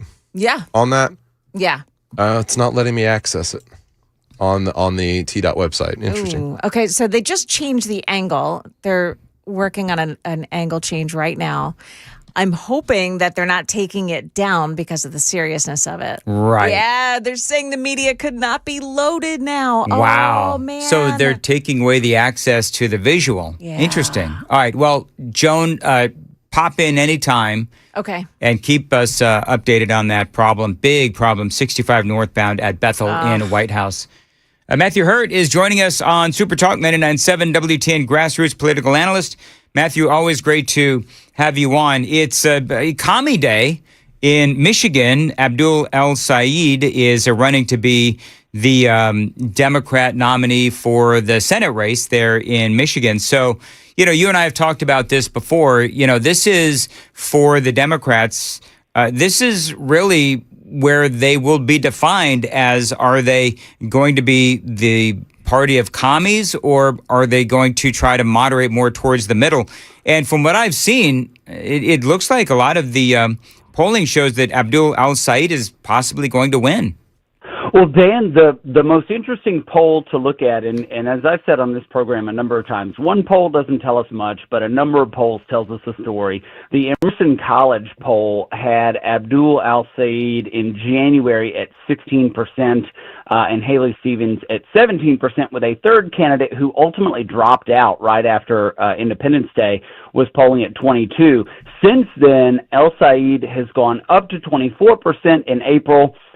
Stevens dropped 4 points in April, and then now the most recent poll taken at the end of July has Abdul El Sayed up at 54% to Haley Stevens 39%. So what that shows is a trend with the undecideds dropping from 38% all the way down to 6%. So most people have made up their minds in this primary, the Senate primary in Michigan, and Said has a 15-point lead in the latest poll, which is, you can trust polls, you can be skeptical of polls, but 15 points, it's hard to fake 15 points. So it looks like El Sayed is very likely going to come out of that race by at least 10 points. Yeah, and I think this will, at least as far as the Democrats go, this will define them. I mean, this is a clear indication. You have the three people in New York, the three commies in New York that were voted in there. And now we have, if I remember right, there was another one in Indiana. And now this one, I mean, clearly we're seeing a trend of commies there in the, or socialists, whatever you want to call them, in the Democrat Party that are winning these primaries. Absolutely. I mean, we saw a few races in New York, like you said. I think the Democrats are really, they're going to struggle, and it looks like, it's two wings of the party, the James Carville wing of the party and the Hasan Piker wing of the party, and there will be some consternation and some frustration between these two wings headed into November. Let me ask you this, and I played the audio yesterday if you missed it. So basically, James Carville, you just alluded to it, so I'll go ahead and tell the story. James Carville was on, I don't know if it was Fox or CNN, wherever he was, but basically James Carville said, Hasan Piker, it's him or me. And Hasan Piker, for people that don't know, he is a left-wing extremist. He's a socialist, commie, whatever you want to call him, but he's vile. Hasan Piker is absolutely vile, in my opinion. He said, among other things, that the United States deserved 9/11. He has talked about, the blood of conservatives, flowing down the streets. And he is just, in my opinion, one of the worst human beings on the political landscape right now. So you have him, and he is very much serving as an inspiration for the Democrats right now. And you have James Carville, who basically said, I'm not going to be associated with any party that has Hasan Piker as one of the main influencers of that party. And basically, James Carville said, it's either him or me. And I believe that it's pretty clear that the party is the party of Hasan Piker and not the party of James Carville. Well, Dan, you and I just last week talked about this. There's this meme of the right-left spectrum over the last 30 or 40 years where the right-left spectrum was narrow, and as we get closer to today, the left gets even further left, and the middle stays essentially in the same part of the line. And so people who were Democrats 10 years ago, 20 years ago, 30 years ago are now moderates or slightly more Republican. I think this is actually what we've seen in President Trump's administration. A lot of the things that he has done, particularly on immigration, were some of the same policies that President Clinton, even candidate Hillary Clinton, and President Obama were advocating as recently as 2013, 2014. So the far left is going further left, and that isn't pushing people out of the Democratic Party. They're waking up and realizing that they are not as crazy as Hasan Piker. And it isn't just James Carville. It is, Senator John Fetterman has come out skeptical of the DSA. Bill Maher, who is a long-time, I think, honest liberal comedian, has had some questions. He had a video last week that basically said his vote is in play. If it was between J.D. Vance and AOC, he was going to seriously consider voting for Republicans. So I think, we have common sense solutions at the state, local, and federal level. They play out sometimes in not as practically as we want. I think 80% of Americans support President Trump's immigration policies. I don't think I think once you get into the adjudication of those policies, like what we saw in Minnesota earlier this year, I think people have questions about that. But most people are reasonable, and they're going to look up one day and say, oh, my goodness, the Democrats have gone so far left, it is absolutely outrageous. 6:46, more with Matthew Hurt is coming up. I want to make sure I stay on time with traffic, though. We got a big problem on 65 northbound at Bethel in White House. Joan, what is the latest on that? Joan, she's... I'm sorry. You know what? There is so much input coming in on this accident. So we're watching it on the camera still. They did come back up, and we can still see it. That truck is still actively on fire, at least one of the trucks. So it's closed on 65 northbound right at Bethel Road. This is in White House. So it's exit 104 through exit 108 is closed off. It is a massive fire. 2 trucks have collided in that area, and at least one of them is on fire. And the traffic is backed up both directions as you're approaching that spot on the eastbound side. Make that the southbound side. Looks like it's just a lot of people watching what's happening on the other side. On the northbound side, that closure, again, 65 North Bethel Road to Springfield White House. It looks like, Joan, people are sending me videos that they've taken there in the backup. It looks like now there's a brush fire as well. I'm not surprised. I'm really not. It's a huge fire. It looks like the fire now is more to the right lanes. It's kind of off camera, but you can see just how bright it is. It's incredibly big. Yeah, this is awful. Yes. This is a disaster awful. In the making. So, hey, Sam, do me a favor. Take the phones off hold. And if anybody is stuck in that backup, I would love to, get maybe some visuals from folks that are driving. Let us know. Do we know, Joan, how far the backup is at this point? See, by the way, folks, if you're stuck in the backup, and if you can give us a visual, 615-737-9986. We've opened up the phone lines. This sounds like it's possibly a fatality. I can't imagine that it's not, but what do I know? Right. So the delay going northbound is really not that bad because people are bailing at Bethel Road and going up Highway 31. The delay on the southbound side looks even worse. That one's all the way from the exit for 76, for Highway 76, all the way down to where the fire is at Bethel Road. So it looks like a lot of people are just, watching what's going on. And you're stuck. Yeah, you're stuck. I mean, there are people that are just stuck in either direction. And you're looking ahead of you. You see all the smoke. People are sending us all kinds of videos, and it looks horrifying. So we'll keep you up to date here up to speed on what's happening on 65 northbound at Bethel, and prayers for everybody involved. Thank you, Joan. Yep. It is sick, and Joan, just jump in if there is an update. Just jump in. You got it. 615-737-9986 if you want to chime in. If you're in the backup on that and you want to give us a visual from your perspective. Matthew Hurt joining us on Super Talk 99.7 WTN. Matthew, one of the things that I'm noticing, left versus right, Republicans versus Democrats, is that you do have the Republicans now, they look, despite all of the issues that are dividing us as a party, you've got Israel, you've got Iran, those kinds of things. We at least, our disagreements are relatively normal, comparatively speaking, to what's happening with the Democrats. Dan, you're absolutely right, with one marked exception, and I'm saying this knowing that some of the listeners will be upset with me.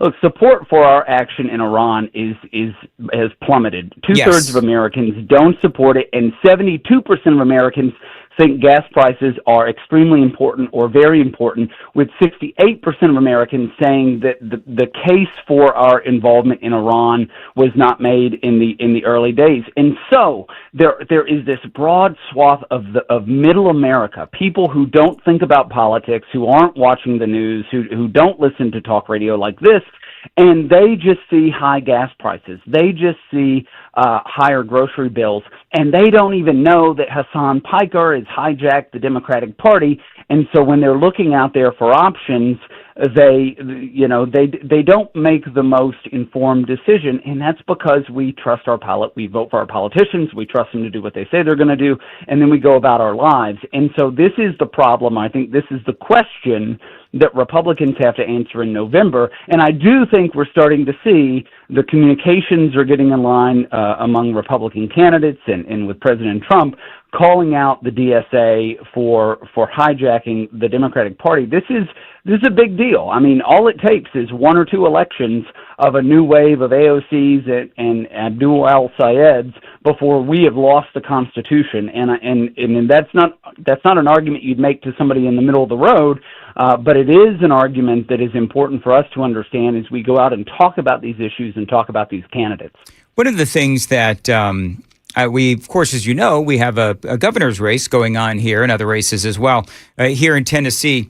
And one of the things that I've noticed is that we have polling that shows that Rose and Blackburn, they're pretty close. Other polling shows that Blackburn comfortably in the lead. The polls, they're all over the place.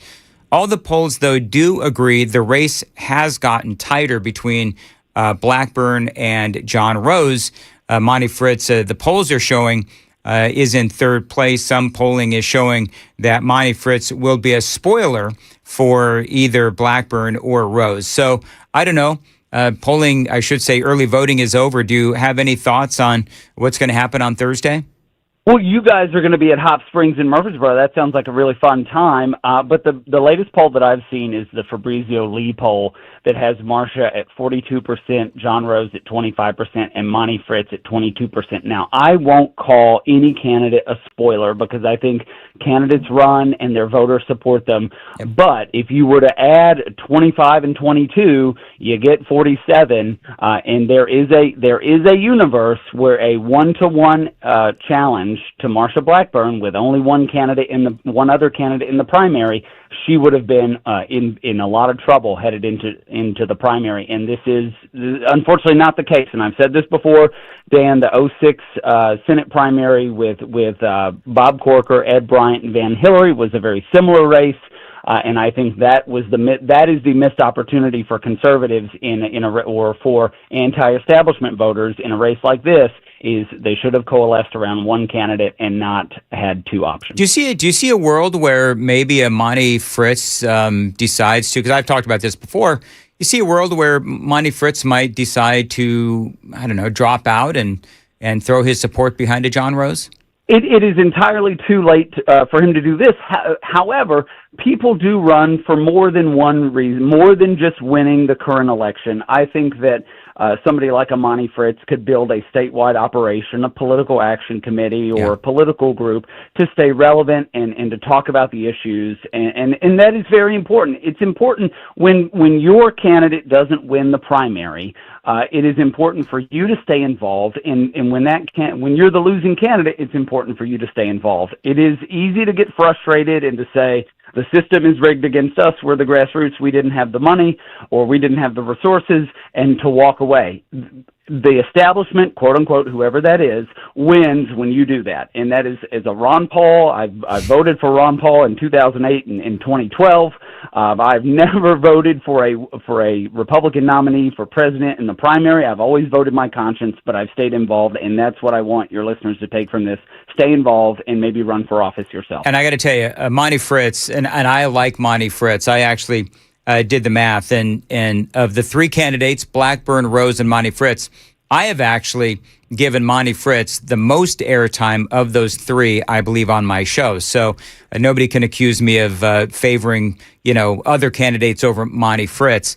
And I like Monty a lot, and I do believe that he has really been an inspiration to a lot of people, and I think that his campaign has made a difference in this race because it's brought a lot of people some awareness to some of the things that he stands for, and I think that we have not heard the last of Monty Fritz if he does not win the primary. All that to say, Matthew Hurt, always great to have you on, and we'll talk to you again soon. See you, Dan. All right, see you. All right, 6:55. Joan's got the news coming up, but first, Joan, let's talk about what's happening on 65. Yeah, so they do have that camera shut down once again.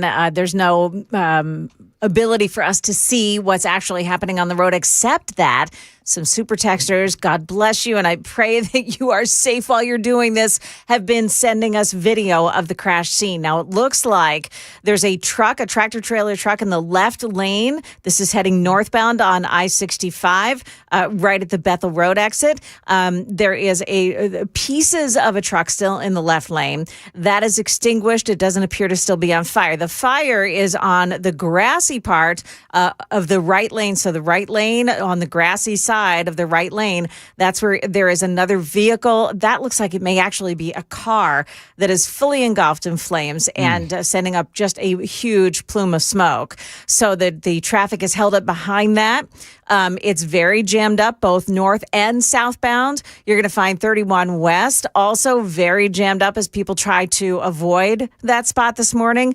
Just schedule yourself, call the boss and say, hey, I'm not going to be there on time, whatever it takes, because you're going to be stuck for a while in this huge jam up caused by this accident that appears to be just a horrific vehicle crash. Yeah, a couple of semis, and one of them caught on fire. There was a grass fire off to the side of the road as well. So just awful accident. One of the semis appeared to be loaded with cardboard and pallets. And it's all over the road. It's cardboard and pallets. Over. Yeah. Was that the one that caught on fire? Oh, yeah.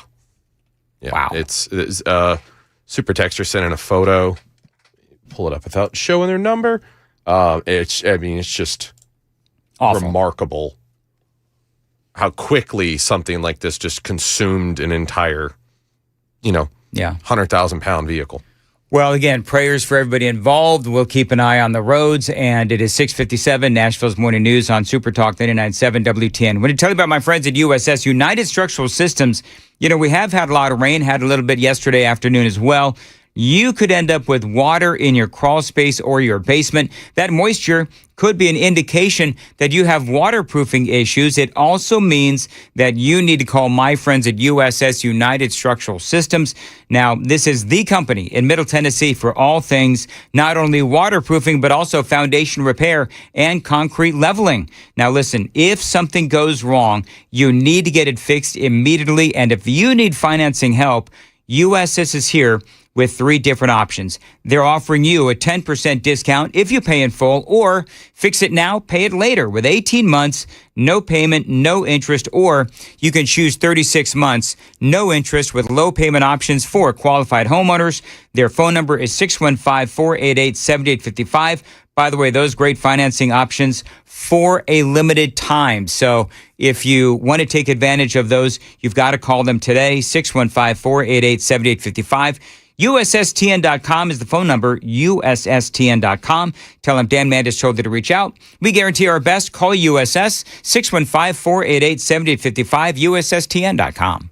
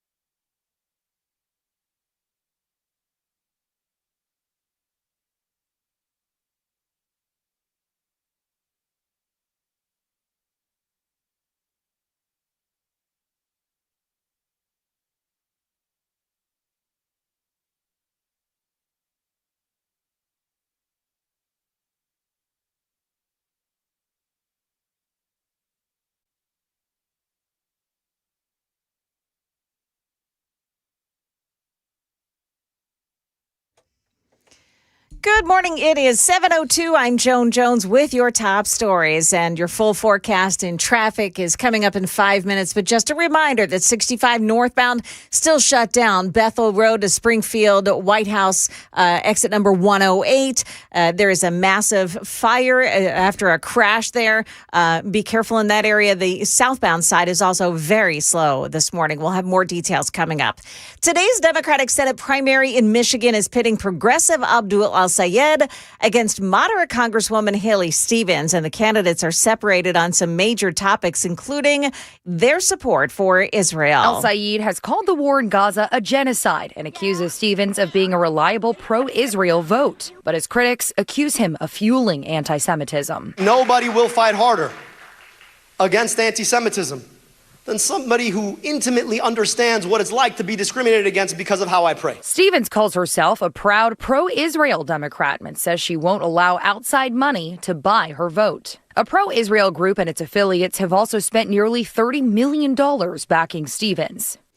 That is ABC's Hannah Battah reporting. The Music City Loop project is moving along. Here's Channel 4's Danielle Ledbetter. TDOT has approved up to 25 miles of tunneling, and the company has the green light for a station and connection at the airport.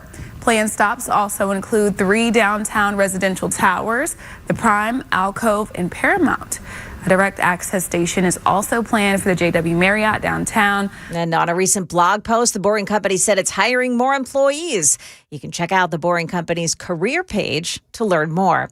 Warren County students head back to class today. News 2's Jaxie Pigeon reports things look a little different this year. We've lost some kids. Warren County Schools Director Grant Swallow says the district has lost some students to private schools under the state's Education Savings Account program. But he's not fighting the trend. We've never been against students and families having a choice to where they want to be.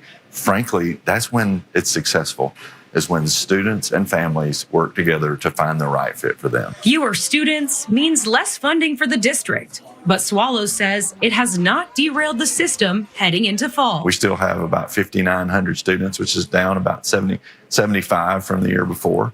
But we're going to continue doing what we do and hopefully do it well. And market numbers now brought to you by Beacon Capital Management, online at beaconcm.com. Futures pointing up. Dow futures are plus 573 right now. That's the latest news. Traffic and weather next. I'm Joan Jones, WTN News.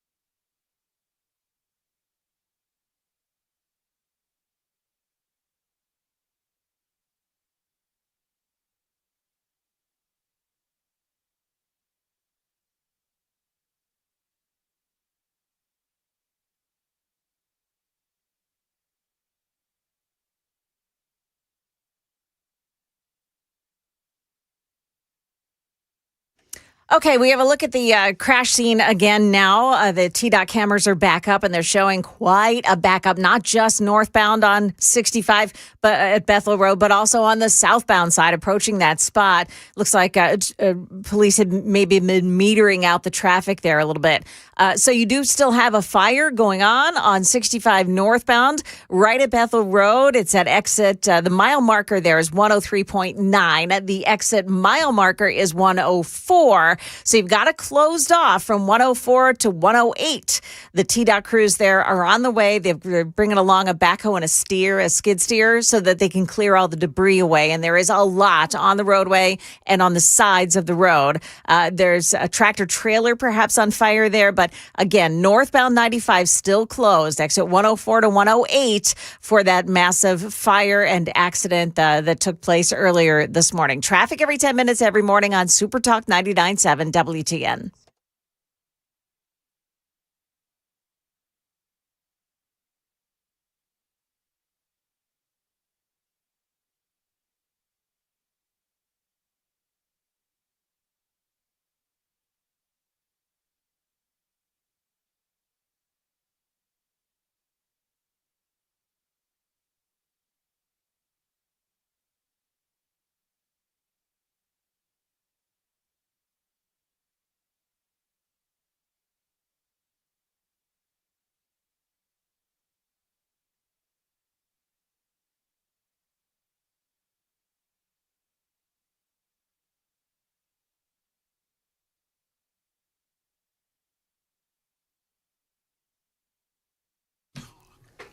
.708, Nashville's Morning News on Super Talk 99.7 WTN. Man, that situation off 65 in White House, holy mackerel. Not only you have huge, massive backup in both directions of 65 through White House, but 31W also is just a mess. Yeah.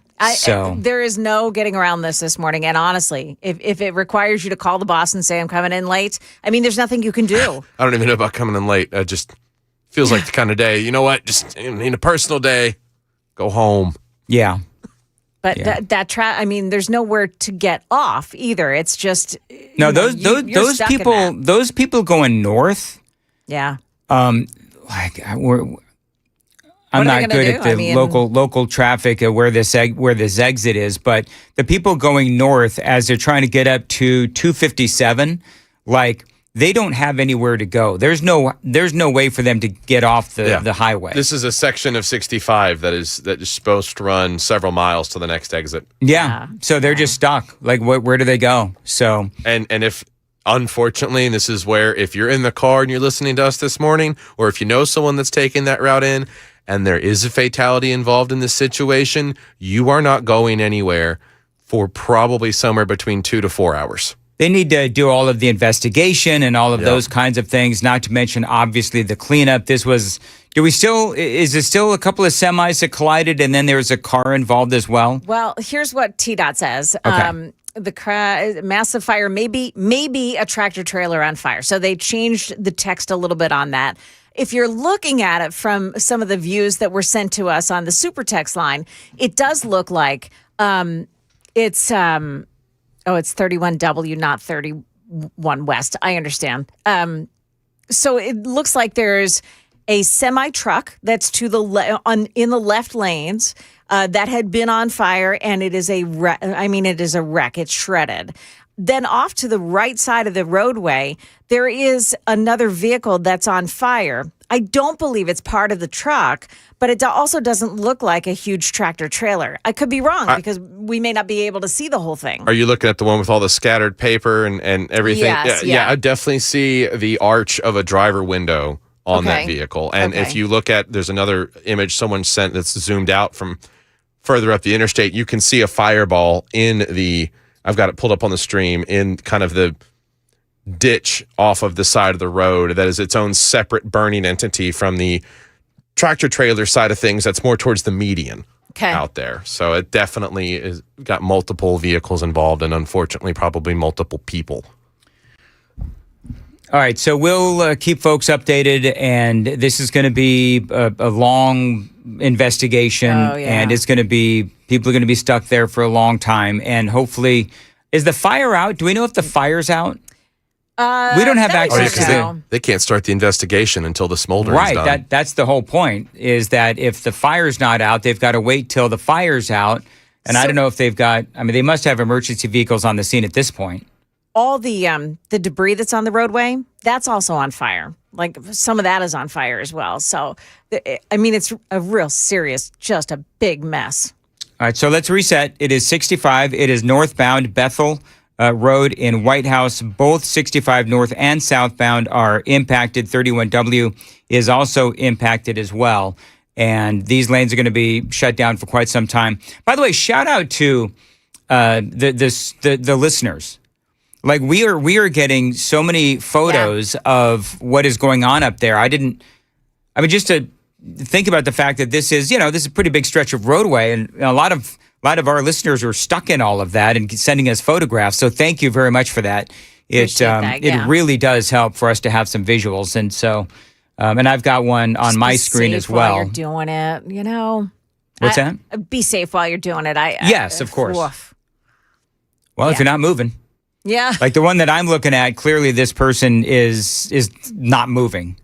Somebody made a really good point. Dana said, all I can say is thank the Lord for the rain over the past couple of weeks. Can you imagine if it was really like tinder dry out there? Yeah. That would be awful. Yep. Shut down quite literally, Joan, you said all the way from Millersville to White House going northbound? Yeah, they're saying that the shutdown is between exit 104 and 108. My goodness. Yeah, that's a long stretch. There's tens of thousands of people that take that interstate every morning. 0170 says White House Volunteer Fire Department is filling up in front of the Walmart and carrying the water down the interstate via fire trucks. Yeah. Oh, my goodness. That you got no other way to get it out there. There's obviously no water lines, no hydrants to hit. Thank God for volunteer fire departments. Yep. You know what I mean? Kidding. That is amazing. Shout out Pleasant View Volunteer, my neighborhood. We love you guys. Yep, White House Volunteer Fire Department. You folks, thank you for doing that. Let's see. I don't know how long it's. How do you put out the fire like that if you don't have access to an actual truck? Yeah. Or do they have a truck? Well, they have a truck. The problem's going to become they're going to run out of volume, which runs the pressure down because you don't have enough pushing out. So you got to be very deciduous with what you're doing and where you're putting it out, and you got to be careful. Certain things you don't necessarily want to pour water on if they're on fire. So if that car caught on if there was chemicals in that car or something that they're not aware of, right? They got to be very careful as they attempt to put that out. All right, real quick, because now it's traffic time as we're talking. Although this is a news topic, but it is time to check the traffic. So let's reset this and talk about anything else that's going on the roadways, Joan, and then. I've got some news on Iran that is going on right now. So what's going on, Joan? So you've got 65 northbound, the roadway shut down, Bethel Road. That's exit 104 to exit 108 for Springfield White House. Now, crews are out there. They're bringing along some backhoe, skid steer, all kinds of things to be able to clear the debris away. But they're going to have an investigation there. So you've also got the tractor trailer sitting in the left-hand lane. And to the left side of the road, that is a wreck this morning with debris all around it that's still burning. You've got another vehicle off to the right shoulder and onto the grassy side of the shoulder there. That was what was most recently on fire, and that's also causing a lot of delay there as people are also coming on the southbound side of 65, and they're watching what's going on. And it looks like police had maybe metered the traffic as it was going through. So it's very slow, both directions. 31W, you're going to find that a huge mess because that's what everybody's taking to get around it this morning. So it'll take extra time for sure, no matter which way you go. Things are looking okay, though, on the rest of the major roadways. I'm seeing just normal volume delays on the rest of the roadways. All right. Thank you, Joan. 716, Nashville's Morning News on Super Talk 99.7. By the way, we may see some thunderstorms a little bit later on this afternoon. High of roughly 89. All right, so I've got some, Ken, good Lord. Sam, I've got some video here. What's that, Brother Dan? Brother Dan? I've got some video here. This is Donald Trump, and he is talking about giving Iran one last chance. What is your message to the American people who are wondering what has changed this time? Why should it be any different? Well, you don't know. I don't know. I think we're going to maybe get something, but I want to give them every last chance before decapitation. Very tough to do what we have planned, still planned. We'll see what happens. One of the things, and I want to do a Daily Dan poll. The Daily Dan poll, what I'm doing, I've done like 5 Daily Dan polls today. But, here's my question. Because there's a lot of Donald Trump supporters listening, and I appreciate everybody listening. I don't care who you support. But I want to know, has the war in Iran, because we were just talking to Matt Hurd a few moments ago, and we're talking about how there's a lot of conservatives, a lot of Donald Trump supporters who are disgruntled and frustrated with the war in Iran. Couple that with the frustration over Israel. And I'm in touch with both of those situations myself. I still am supportive of Donald Trump. Am I frustrated as all get out with the war in Iran? Obviously. I think that the president, he didn't know what he was getting himself into, and now we are stuck. The Daily Dan poll, how did we frame the question there, Sam, with the Daily Dan poll? Has the Iran war impacted your vote? Okay. Yeah, because Donald Trump, Matthew Hurt, we're talking about this. People voted for no new wars. I mean, that is exactly what people voted for. And here we are stuck.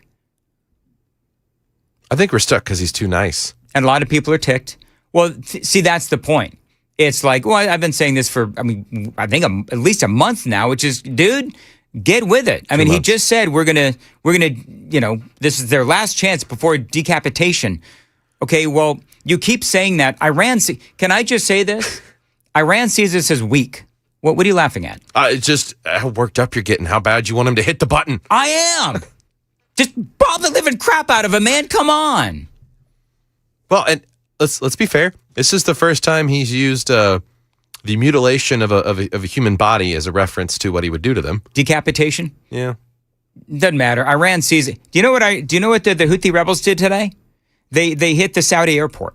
So what Iran is doing is they are obviously they're expanding the war zone, because remember, they also started going after ships in the Red Sea where the Saudis, they export their oil from. So now Iran is hitting the Saudi airport. They've hit the Red Sea as well. They see Donald Trump as weak. And Trump, if there's one thing that Donald Trump does not like, it is looking weak, whether we're talking about, politically or militarily.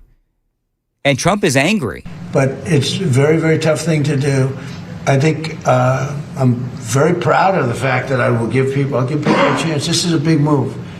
To do an attack that big on a country, I'd rather not do it. Now, we've already, through lots of large attacks, but they were normal large. Hopefully they'll come to their senses, because what happened cannot have a nuclear weapon, but hopefully they'll come to their senses. So they called me and they said, please don't attack. We'll make a deal. If I hear that one more time, man, if I hear that one more time, he's looking weak. He's looking weak, and we look weak as a country. And it is so incredibly frustrating. And here's the thing, is that I think that people were willing to forgive when we talked about the no new wars, right? So I think that Trump supporters, when we were talking to Matthew Hurd about how people felt about this war and about how the Trump administration did not make their case for the war when we went into the war. And I think that was forgivable for a lot of folks, as long as the war was done quickly. The problem is, it is not getting done quickly. It is going on, and it's escalating. That's the other thing. It is escalating. And so if we had made quick work of Iran, then I think that Trump supporters would have been like, you know what, whatever, we're out of it quick. The whole deal was no new wars, but at least it's over very quickly and they'll never have nukes, right? But this is turning into an absolute cluster. So what are people saying as far as the Daily Dan poll goes on YouTube? The question was, is the war in Iran impacting your vote? It relates back to the conversation that we had with Matthew Hurt. Again, what are people saying? 86% say no, the Iran war has not impacted their vote. Because who the hell are we going to vote for? Yeah. You know? I think that JD... Abdul? It's an American name, you know? It's a strong American name, Dan. Anyway, so we'll get into that. But so that's the whole point is, okay, so are we frustrated? Absolutely. We're frustrated. However, we also understand that the guy who is getting ready to run for the presidency heading into 2028, JD Vance, was actually against this. All right, real quickly, it is 7:22 on Nashville's Morning News on Super Talk 93.13. Blah, blah, blah. Trump has lied. Wait, I want to read the whole thing because I can tell it's a hateful. God, they're all coming in so fast. I lost it. 99.13. He called me a dumb Republican. Is this it? Well, you know what he is? What? I'm a murderer that eats babies. 93.13 says, blah, blah, blah. Trump has lied several times, and you dumb Republicans make excuses for American soldiers getting killed. And then he says something incredibly vulgar, which I can't say. Joan, what's happening on I-65? So it's still closed down, 65 northbound, exits 104 to 108. Can't access the highway from there. If you're traveling the southbound lanes, it's jammed up as you're approaching the exit. That's where you've got the problems this morning with what had been a tractor-trailer accident and a huge fire. And we're looking at the cameras right now. It looks like it's just still smoking, but I don't see active fire anymore at this point. But I do see the traffic is just jammed. 31W is also going to be a mess. That's the best way to get around it. So it's going to take you a long time to get to or from work today, for sure. All right, very good. Thank you, Joan, 724, 5822. Well, Dan, we know that you are there to talk. Your talking points on the Iranian conflict are a little off base. Fair, whatever. Our president does not want to kill people. Totally get it. One group of Iranians will say, please don't bother us, and he agrees. At a different group, believing they're in power bombs. They are an unstable group of people who continually lie and deceive to perpetuate their mindset. It is really a damned if I do, damned if I don't situation, yet President Trump understands global security. And I understand that, but I would say to 5822, we're going to agree to disagree, and I'm glad that we're friends. But here's the thing, is that the diplomacy avenue, in my opinion, has run its course. Donald Trump does not want to kill civilians. That much is clear. We have an incredibly precise military. We need to figure out how to get this done. One way or another, it needs to get done. The problem is Donald Trump keeps talking about it, and the more that he keeps talking about it, the weaker he looks. That is a problem. The Iranians don't respect him, and I think the Iranians respect the president less than they did when this whole thing began. 7:25, Joan's got the news coming up at 7:30. Joan. Yeah, and coming up here, the Senate Judiciary Committee voting this morning. In fact, it's about an hour and a half from now that they'll vote on Todd Blanche's nomination to take on the Attorney General role full time. It's coming up at 7:30 on Super Talk 99.7 WTN. Thank you, Joan. 7:25. Dan Mandis here. The summer heat can wear anybody out, but if you've been feeling drained even with the air conditioning, well, it may not just be the heat. Now, 1 in 4 men from 35 to 50 have low testosterone and low levels of energy, sex drive, motivation, mood, and a whole lot more. Now, low T drains your energy and your motivation. So you don't have the energy for the things that you love and might even stop recognizing yourself at this point. So get the answers you need this summer for free with the Low T Center. Now, at Low T Center, you could book a free testosterone test and get a consultation from licensed providers who specialize in testosterone replacement therapy. Explore a range of peptides and even get a jump on that summer body with GLP-1s and medical weight loss protocols. Low T Center has been the #1 name in TRT since 2009 for a reason. So don't spend another day wondering why you don't feel like yourself. Visit fixmylowt.com to schedule your free testosterone test today. That's fixmylowt.com. Tell him Dan Mandis told you to reach out.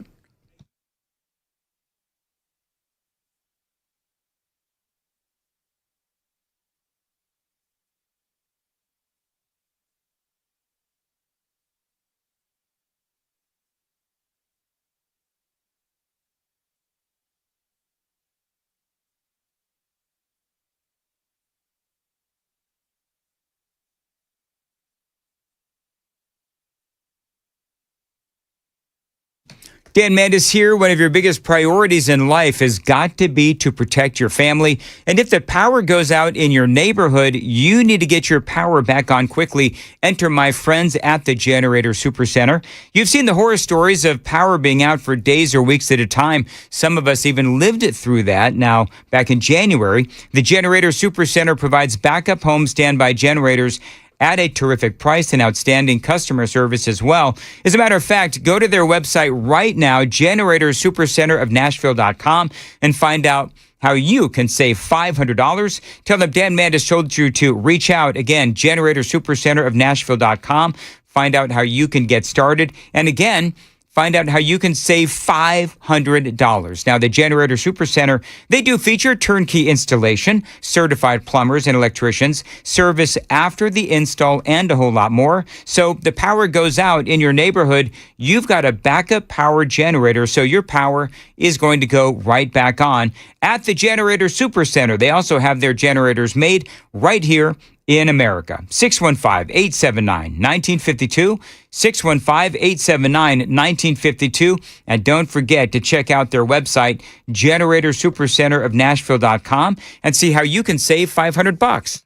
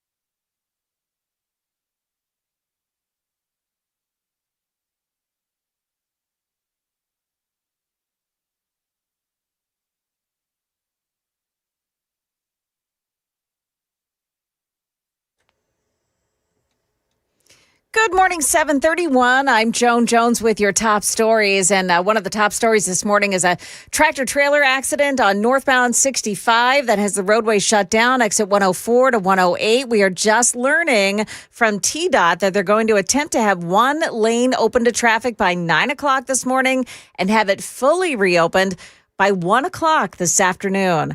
Now, you've got big delays on the southbound side of 65 in that same area this morning as folks are driving by slowly and taking a look at what's happening on the other side of the road.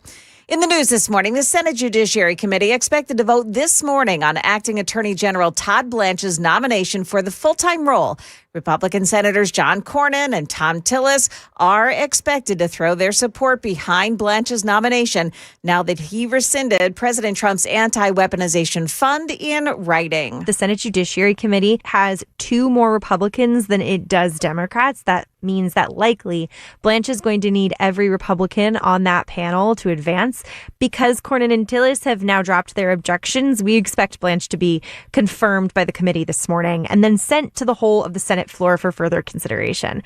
That could set Blanche up for a vote for final confirmation later this week or potentially over the weekend. That's ABC's Hasan Piker. First day of classes for Robertson County schools today, and the superintendent there, Danny Weeks, telling News 2 that parents should know some schools have changed their visitor check-in process. In Robertson County, our staff and our student safety is #1 priority for us. We're glad to partner with the Robertson County Sheriff's Office. They have deputies in all of our school buildings.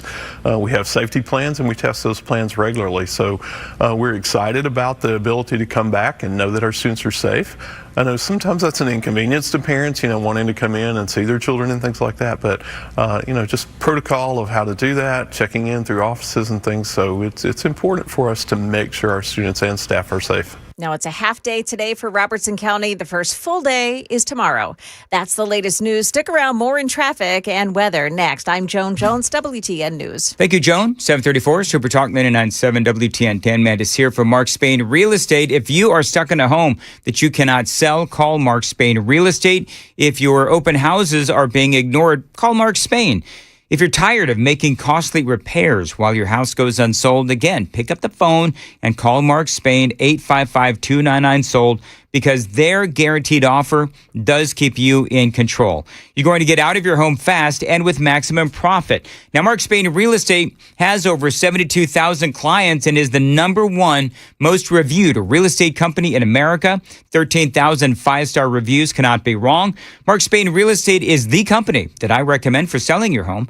So call them right now and get out of your home fast and move on to the next chapter in your life.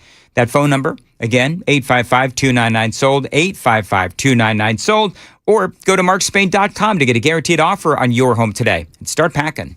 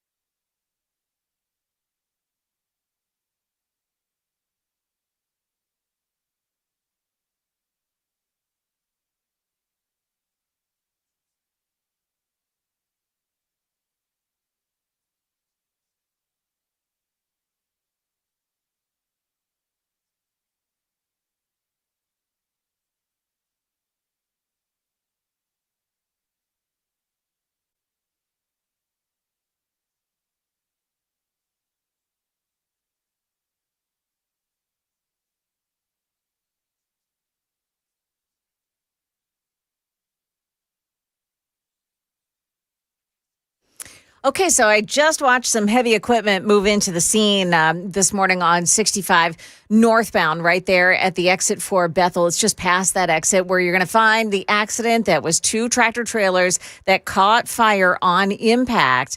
And TDOT is saying that one of the trailers was hauling newspapers on pallets. And that's the cause of the heavy fire there. Now, TDOT says they're hoping to get the left lane open by 9 o'clock this morning and then have the roadway fully cleared by 1 this afternoon. So that's a long delay. That's a long closure. So it's still closed off exit 104 to exit 108, traveling northbound on I-65. Southbound side is moving. Both lanes are open, but it's just very slow as folks are driving by slowly. And then you'll find 31W also very jammed up. And that's because everybody's trying to avoid the problems on 65. Otherwise, on the major roadways this morning, I see no big delays. Traffic every 10 minutes every morning on Super Talk 99.7 WTN.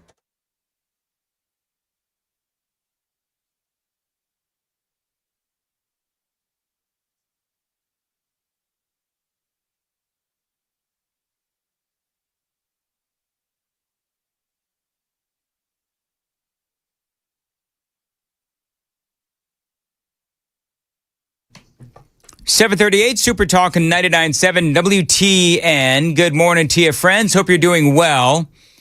So it's interesting when we're talking about Iran, everybody's got an opinion on this, and it's great.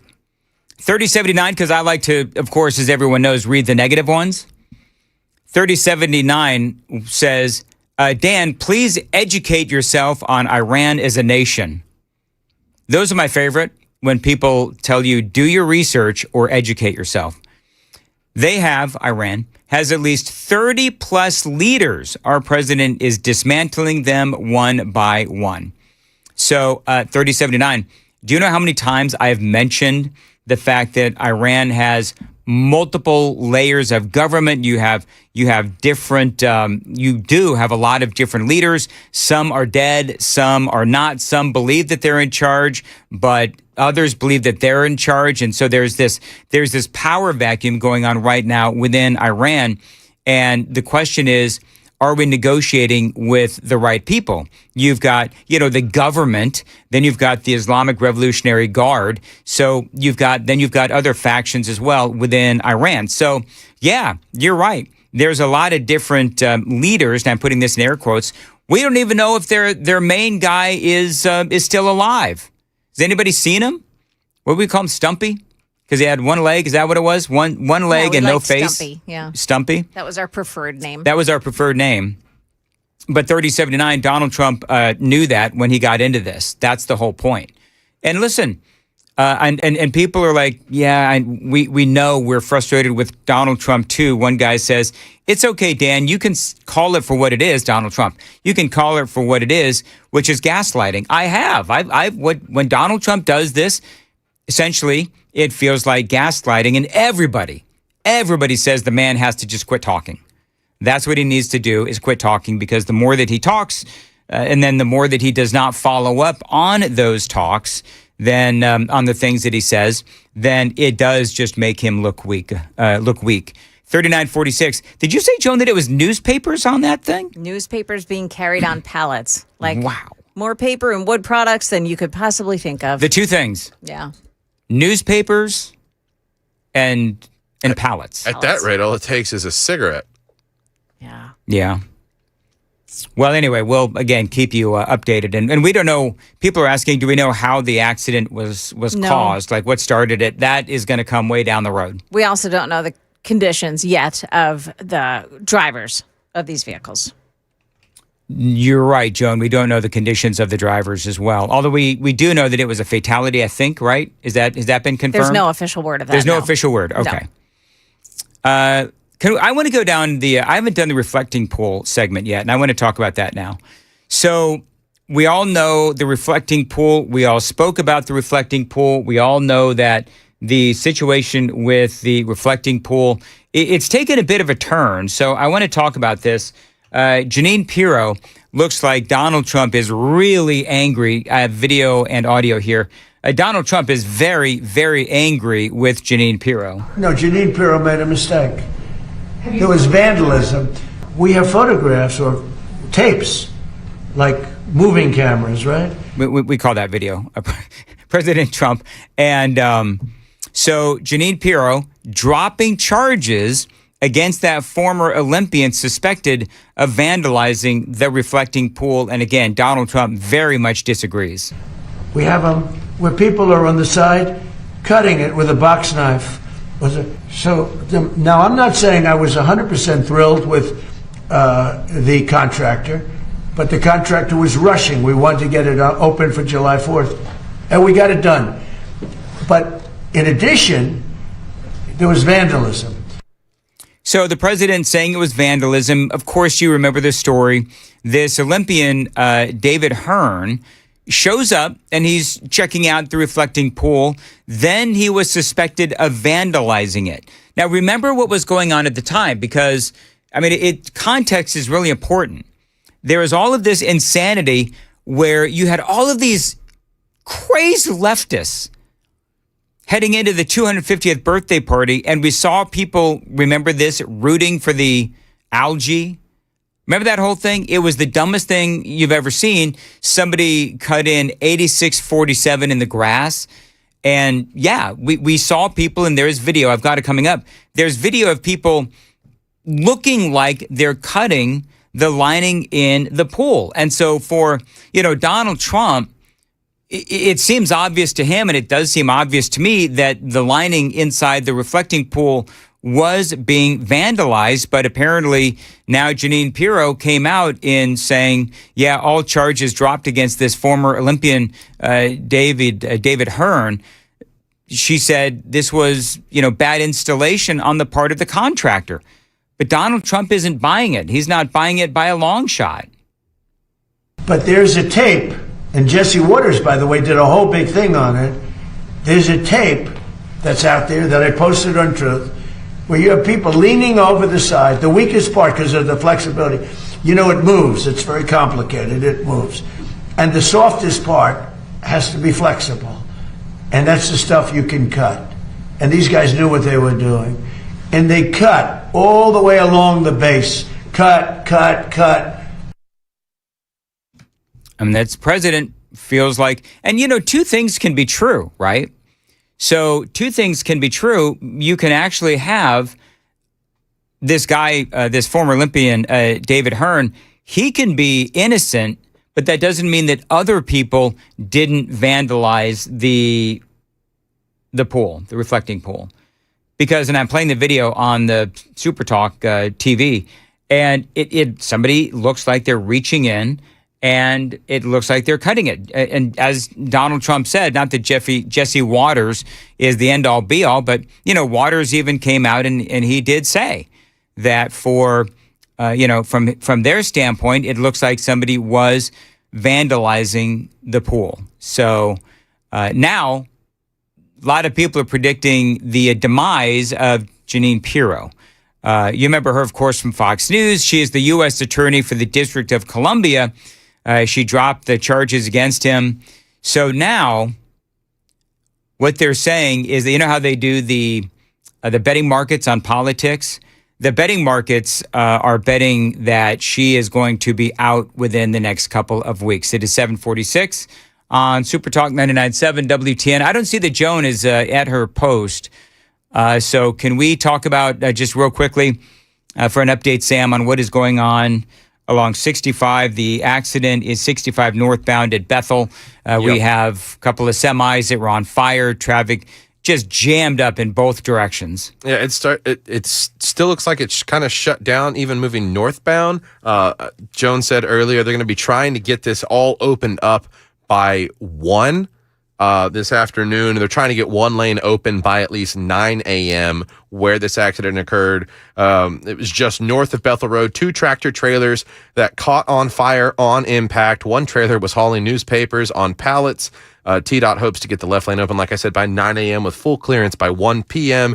It is possible that there was another vehicle involved that was not a semi, so we're going to wait for a full investigation on that. And what they're trying to do, of course, is get the people off of the roadway, because you got people that are going to be stuck there for literally hours if they can't get them off. So And how does 31W look? Are you able to see how that looks? Because there's so our map doesn't pick up any side road traffic like that unless it's something significant. So I was seeing from texters earlier, it was not a viable option. I think Sally said something to that effect. So I've got that up on my map. So I can tell you that 31W is busy in both directions from Bethel Road all the way. I mean, and we're talking about like stopped traffic. Oh yeah. From Bethel Road to Newhall Road, again, in both directions. So 31W, that's for people on the super text line, definitely not an option. So I'll check the cameras. It doesn't look like, I don't know. It doesn't look like traffic is getting any better on 65 southbound heading towards Bethel Road. Northbound is not looking any better either. So this is going to be a while. And again, this is 65. The accident itself is northbound at Bethel in White House. It is 6:48. Nashville's Morning News on Super Talk 99.7 WTN. Super text line is open 615-737-9986. 615-737-WWTN. Talking about President Trump and, talking about how beautiful the reflecting pool looked when it was, right after they fixed it before.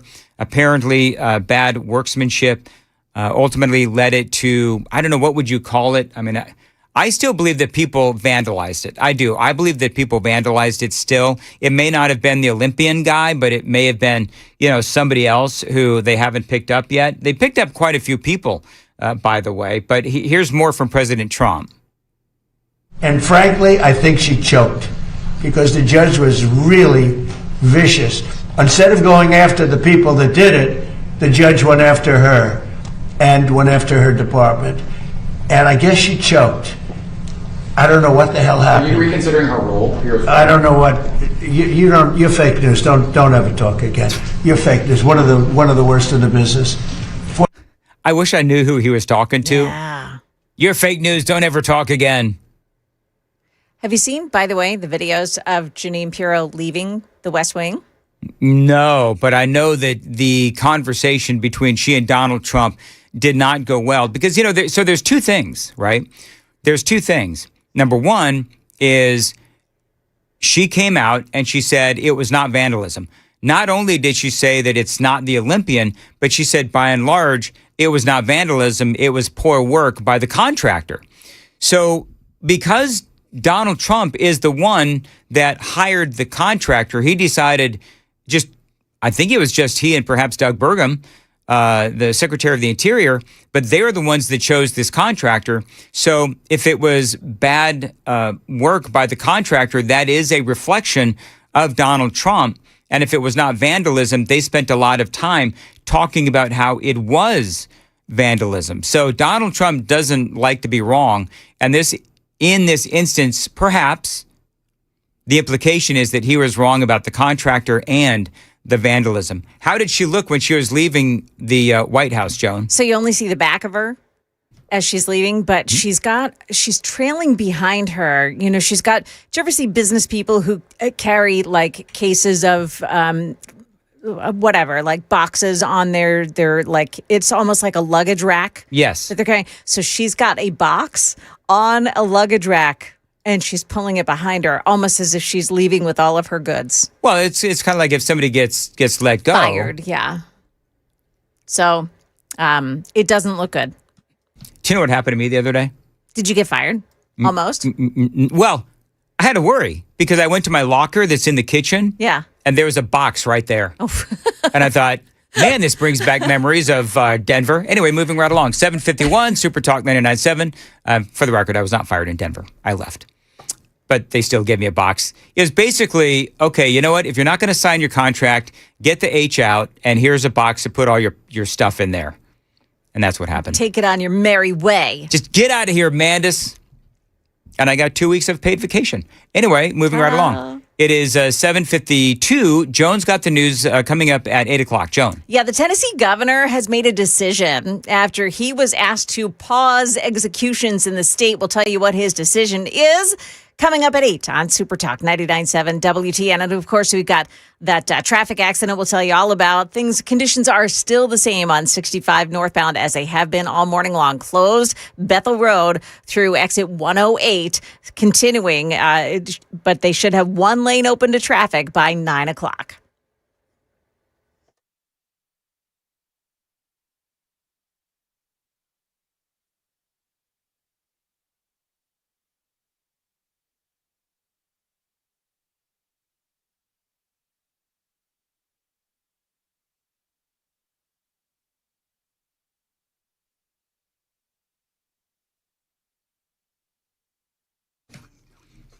Man, this Saturday is a big day out at the Glock store. It is free Osight Optic Day. That is happening again this Saturday.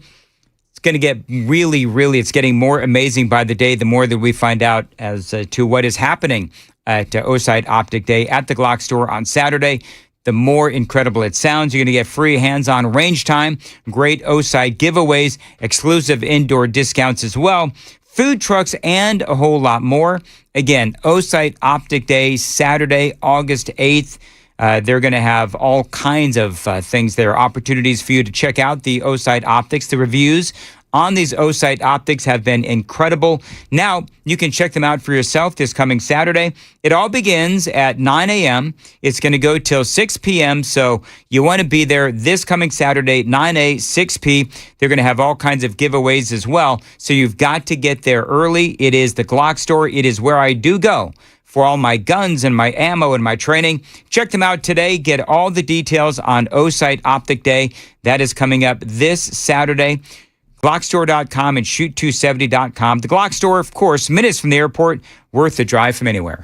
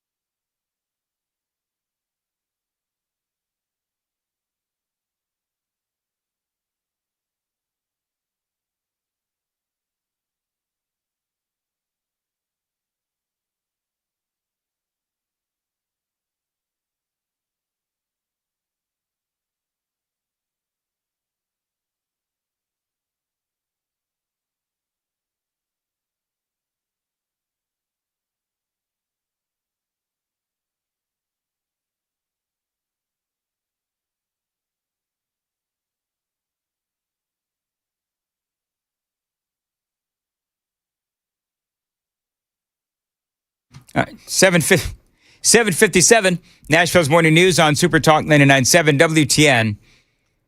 So I don't know if our reporter from Pennsylvania covered the traffic on 65 North appropriately, Joan. Let's just make sure everybody knows, because it's a very big deal.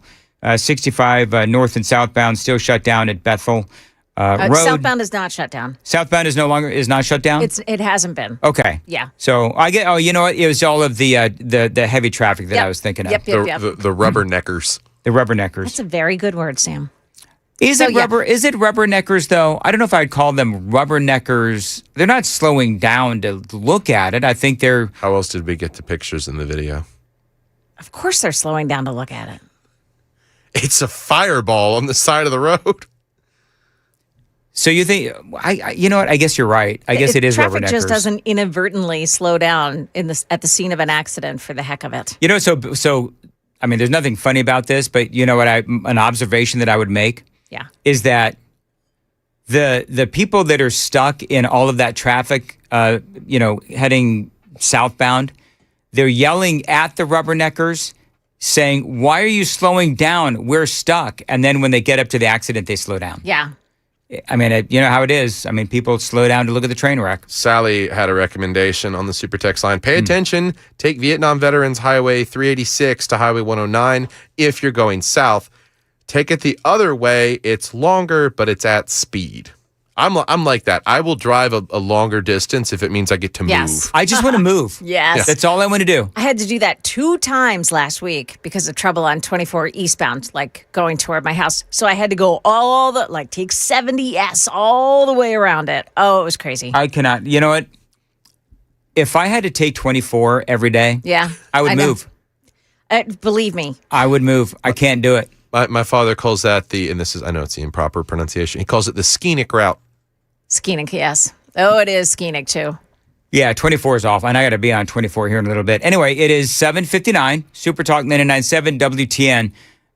There is a local pro-lifer who is now $1 million richer. Yep. I love this story. Going to talk about it next, coming up on WTN.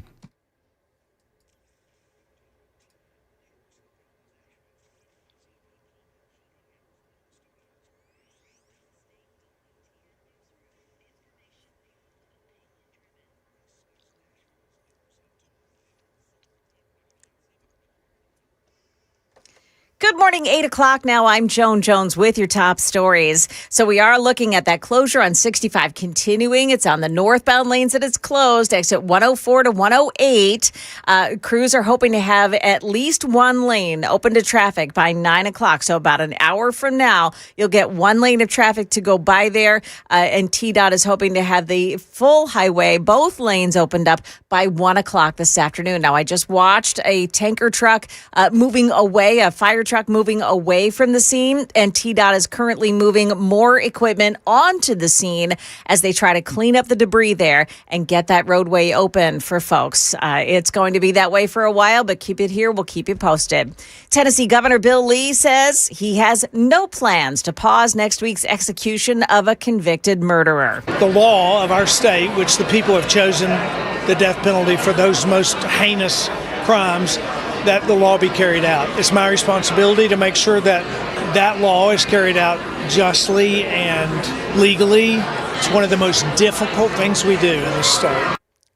Convict Tony Carruthers is scheduled to be put to death for the murder of Katherine Jenkins in 1985. Activists have been pushing for Governor Lee to hold off because of a botched execution attempt for another death row inmate in May. Metro Nashville police have arrested a woman who was wanted for hitting an off-duty sheriff's deputy with her car. 24-year-old Jamisha Williams is accused of shifting her car into reverse and ramming that deputy who had caught her stealing from a Walmart in East Nashville. Well, yesterday, she was booked into Metro Jail on 4 felonies for hitting that deputy. He's been recovering from severe injuries, including a fractured sternum, 7 broken ribs, a partially collapsed lung, and spinal injuries that required a 6th-level fusion surgery. The parasitic outbreak that was linked to lettuce has now turned deadly, with 2 deaths now reported in Michigan. That's where the most of the cases have been. Officials say both had significant underlying health conditions that may have been worsened by cyclosporiasis and dehydration. Nationwide, more than 18,000 people have gotten sick in 45 states. The FDA has linked the outbreak in Michigan and 8 other states to iceberg lettuce, sourced by Taylor Farms in central Mexico and served at some Taco Bell restaurants. ABC's Lionel Moyes reporting. Market numbers brought to you by Beacon Capital Management, online at beaconcm.com. And we've got the Dow futures surging 642 points right now. NASDAQ futures plus 308. The S&P futures are gaining 24. That is the latest news. Traffic and weather next. I'm Joan Jones, WTN News.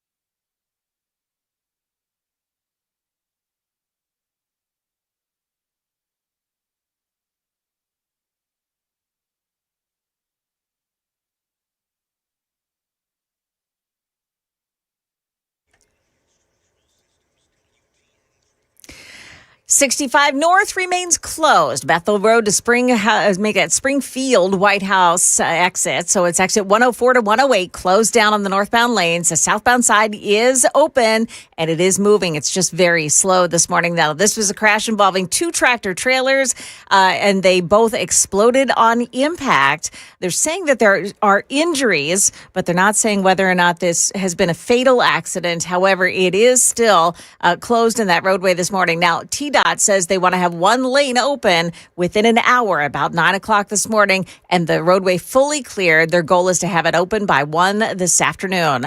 Other places this morning in Hermitage on 40 westbound at Old Hickory Boulevard East, you've got a crash that takes out the right lane. One also in Hermitage on 40 westbound past Stewart's Ferry Pike. And an accident in Glencliff as well. This is Briley Parkway at I-24 South. Traffic every 10 minutes every morning on Super Talk 99.7 WTN.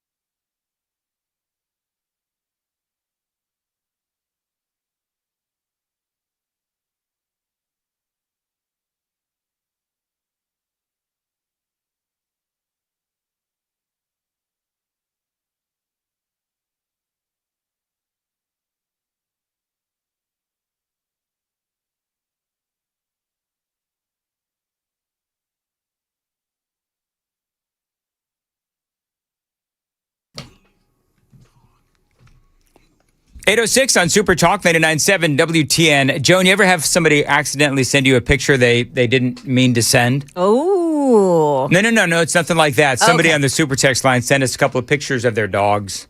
Oh, that was nice. Well, it was clearly by accident. They said that they were sorry, but yeah, it's very cute.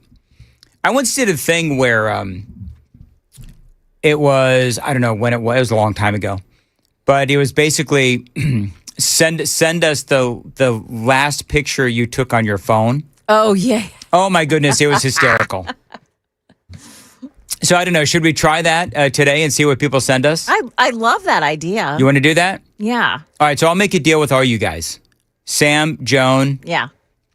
me is I will show folks on YouTube, Super Talk TV, and I'll describe it. If you send me the last picture on your phone, I'll tell you what the last picture on my phone is, and I'll post it to Super Talk TV.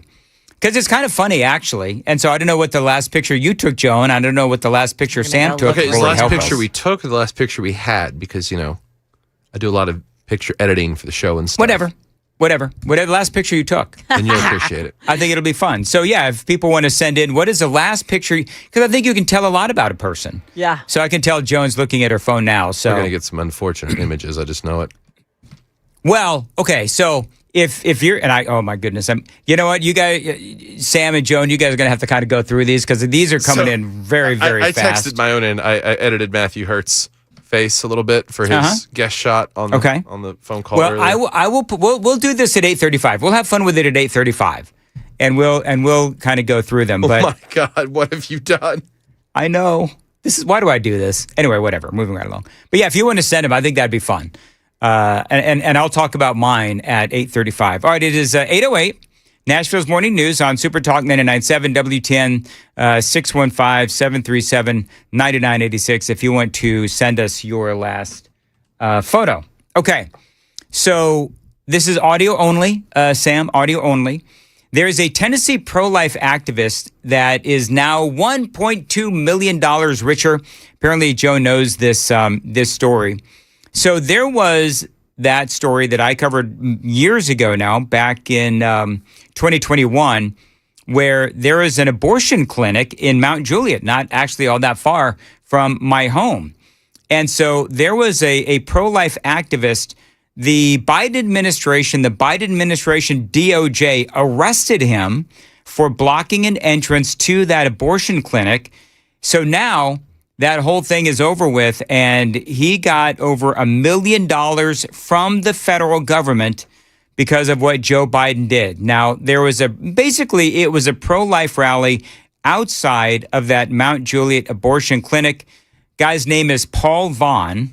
So today what you saw was an act of biblical obedience. The Christians came together, several different denominations coming here to Mount Juliet to lay down their lives to rescue children that were scheduled to die at this abortion clinic today. So you guys know how this works, right? I mean, you have people that are pro-life and they're out there. They're trying to, frankly, and I'm incredibly pro-life, they're trying to, talk some sense into women that may be getting ready to have an abortion. That was a news report at the time. So you had some people out there protesting. Some were inside the building and they were accused of blocking access to the clinic itself. It's no longer there, but it used to be a multi-use building. So there were other medical offices in that building. And so there's some reports that there were some women who couldn't get into these other offices either. Vaughn says no, he was not blocking access. There were people that day of the event in March of 21 at the Carafim Clinic that sat down at the doors and intentionally blocked the door to try to interpose on behalf of the unborn. I wasn't one of them. I was a sidewalk counselor. We talked to people coming in and out. We talked to the police officers. We prayed. We sang hymns. Just typical sidewalk type ministry. It was in a multi-use building, so it wasn't on the sidewalk. It was in the hallways, but it was still a public, access building, and that's where we were. So there was a lot of dispute over this. I remember talking about this at the time, and this was pre-super text line, but I got a lot of emails from people, even people that are pro-life that were saying that these pro-lifers at this rally, they were wrong because they were blocking access not only to the abortion clinic, but to other medical offices as well. But remember, this was during the Biden administration. And so ultimately, Paul Vaughn was arrested. He was sentenced to 3 years of supervised release with 6 months of home detention. So again, this was the Biden administration. And remember, they were at the time, during the 4 years of Biden, they were also going after parents at school board meetings, calling Catholics domestic terrorists. You remember all of that. So, this is from Fox News. Biden's DOJ accused Vaughn of breaking the Freedom of Access to Clinic Entrances Act. They call that the FACE Act, and conspiracy against rights violation. 10 other people were also charged that day in the protest along with Vaughn. Now, Paul Vaughn is a Tennessee-based pro-life activist, I guess. You know how many kids he has? Paul Vaughn has 11 kids. God bless his wife. Chris Hand, you've got some work to do, my friend. Good Lord. 11 kids. Bless that man. So and his wife. He's pro-life in a number of different ways. So he wants to create as much as possible. I don't think he could pull out of a parking spot. So, he goes out, he protests these abortion clinics. Obviously, it's no longer an issue here in Tennessee. But, he ends up getting arrested and taken into custody. But it's how that happened that made news. Listen to this. 18 months later, so the event was March of 21, October 5th of 22, after the fall of Roe and June of 22, 4 armed agents in tactical gear with long guns, weapons of war, and pistols and everything else show up at my door, banging on the house at 7 o'clock in the morning and open up FBI and, just a very Gestapo-style raid. And arrest me at gunpoint. Literally open the curtain of my door to see a pistol and a weapon, automatic weapon trained on me, a trigger away from being shot. Yeah, it seemed a bit like overkill. But yeah, he ends up getting that previously mentioned 3 years probation, 6 months of home detention. You just heard him talk about what that was like. So Donald Trump eventually, bless his heart, Donald Trump eventually pardoned Paul Vaughn and the others arrested that day. So Vaughn has now reached a settlement with the federal government, and he'll receive $1.2 million, which when you have 11 kids, that's going to come in handy. Did they have to pay taxes on that, Joan? If you reach a, I'm curious, Sam, you know everything. So if somebody, I'm being snarky with Sam because we all get along. So if somebody gets a settlement from the federal government, do they have to pay taxes on that? I don't even know. Okay, sometimes. Yeah, I don't know. Settlements for injuries, whether physical or mental, emotional stress without physical injury, and punitive damages are taxable. So the IRS has some codes for it. So they'll probably get most of that. So one thing that Paul Vaughn is advocating for is the repeal of the FACE Act. By the way, Joan, Sam, can you tell me very quickly without Googling, who have we covered in the past 2 months also charged with the FACE Act? Don Lemon! Don Lemon, that's exactly right. Very good. See, I said, Joan, didn't I say? He knows everything. Sam knows everything. Yes. It is 8:15, time to check the roads on WTN.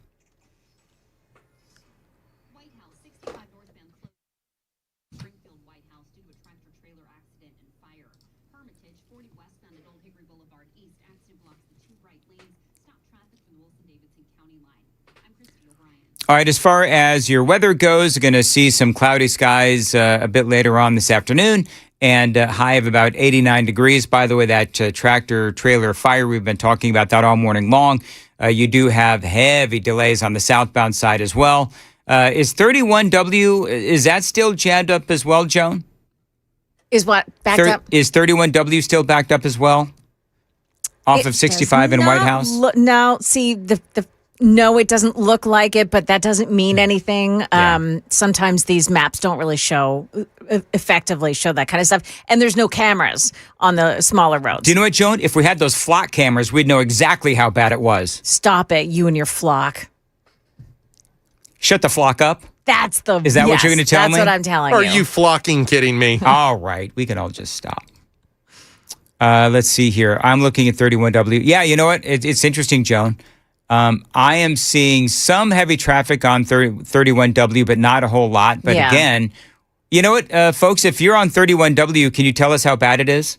615-737-9986. By the way, we're also accepting your submissions. The last photo that you took on your phone, if you want to share it with us, just because I'm nosy. And I Some of these are pretty cool.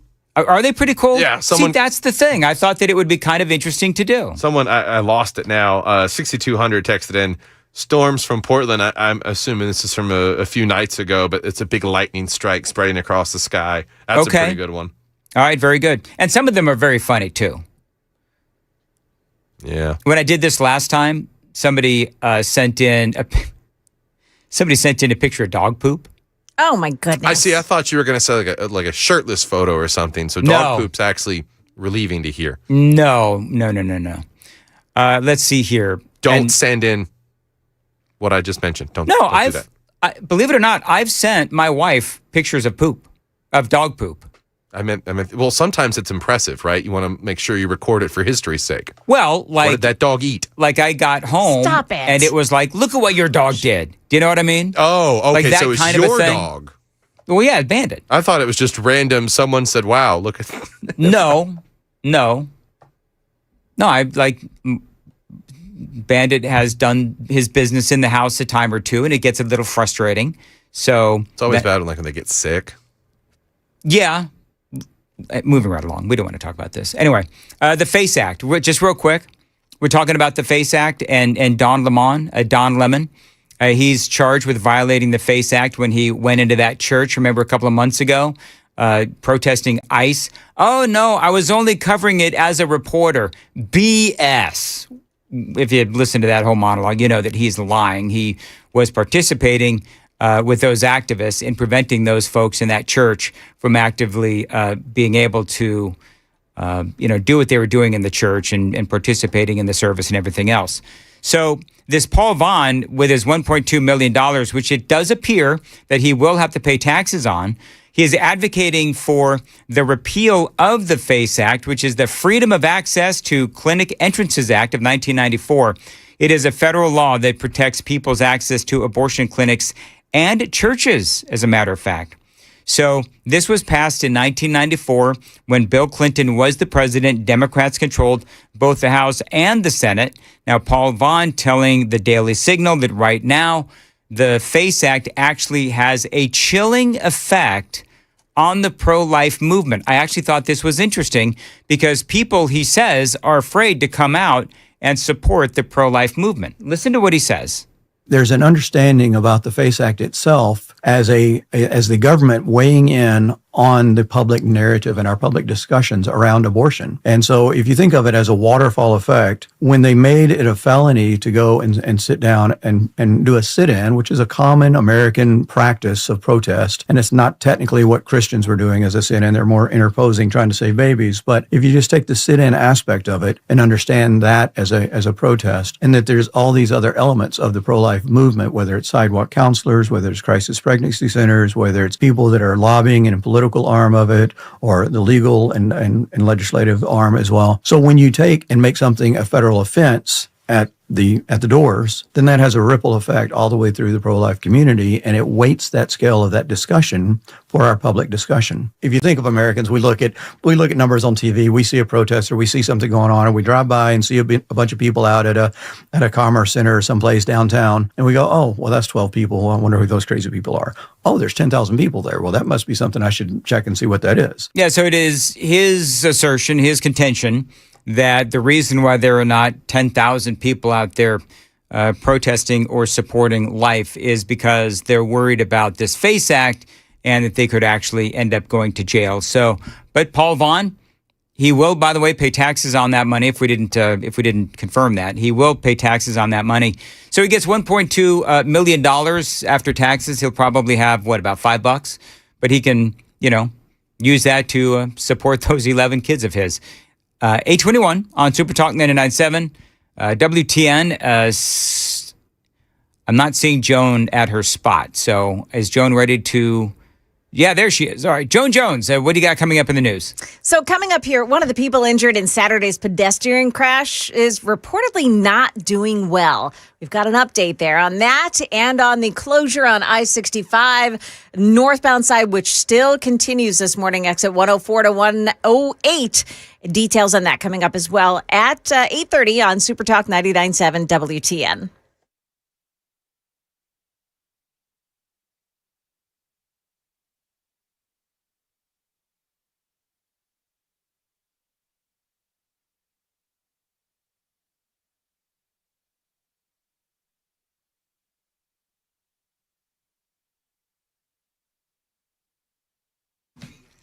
$822. You know what's so funny is everybody's pictures, Joan, are fascinating. They really are. Like, are you going through some of these? I am. I love this. And I don't know why I find it so fascinating, but there's a lot of dog pictures. Yeah. One person just sent a picture of a very robust plant. It looks like they've got some sort of thing growing on the plant, some sort of food. I don't know what that would be. But anyway, they're very interesting. So thank you, everyone, for playing. I'm going to continue to look through them. It is 8:23, The Covered Patio. Dan Mandis here for my friends at The Covered Patio.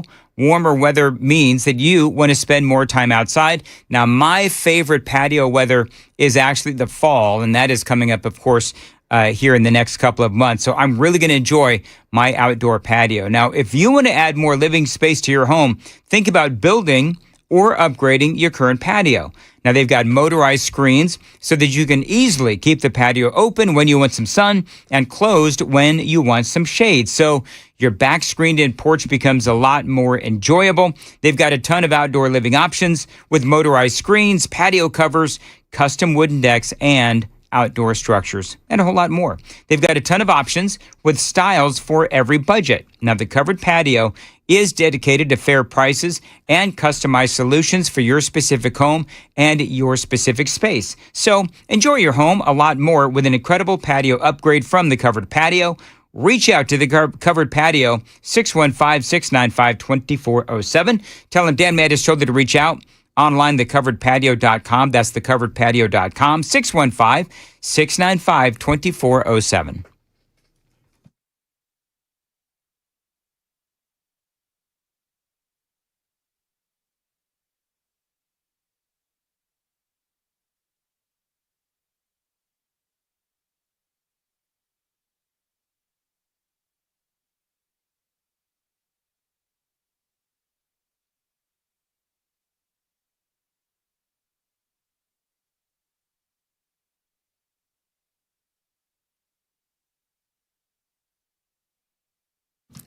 $824, Nashville's Morning News on WTN. I want to tell you about my friends at Window Nation. Now, if you're thinking of replacing your AC, check out your windows first. Drafty Windows force your AC to work overtime. New windows from Window Nation help keep your home comfortable and reduces the strain on your HVAC. Now, the pros at Window Nation, they can help you get new energy-efficient windows at a great price. You could get 50% off all window styles, courtesy of Window Nation. You could also get zero down payment and no payments or interest for 2 years.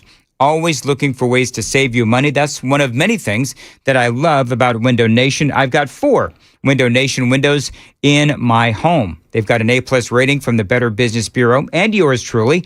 96% customer satisfaction rating and over 45,000 5-star reviews. Check them out online. It's windownation.com. And don't forget about that great deal going on right now. 50% off all window styles. You could get zero down payment and no payments or interest for 2 years. Windownation.com. That's windownation.com.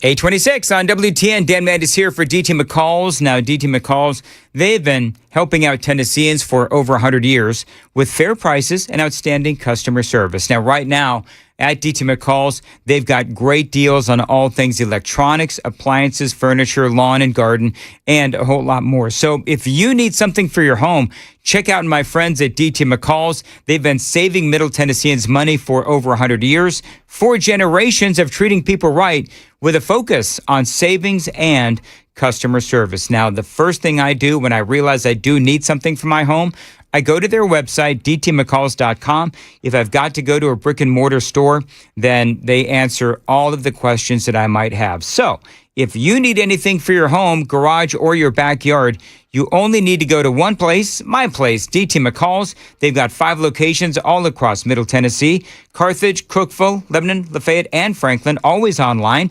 dtmccalls.com. As always, tell them Dan Mandis told you to reach out.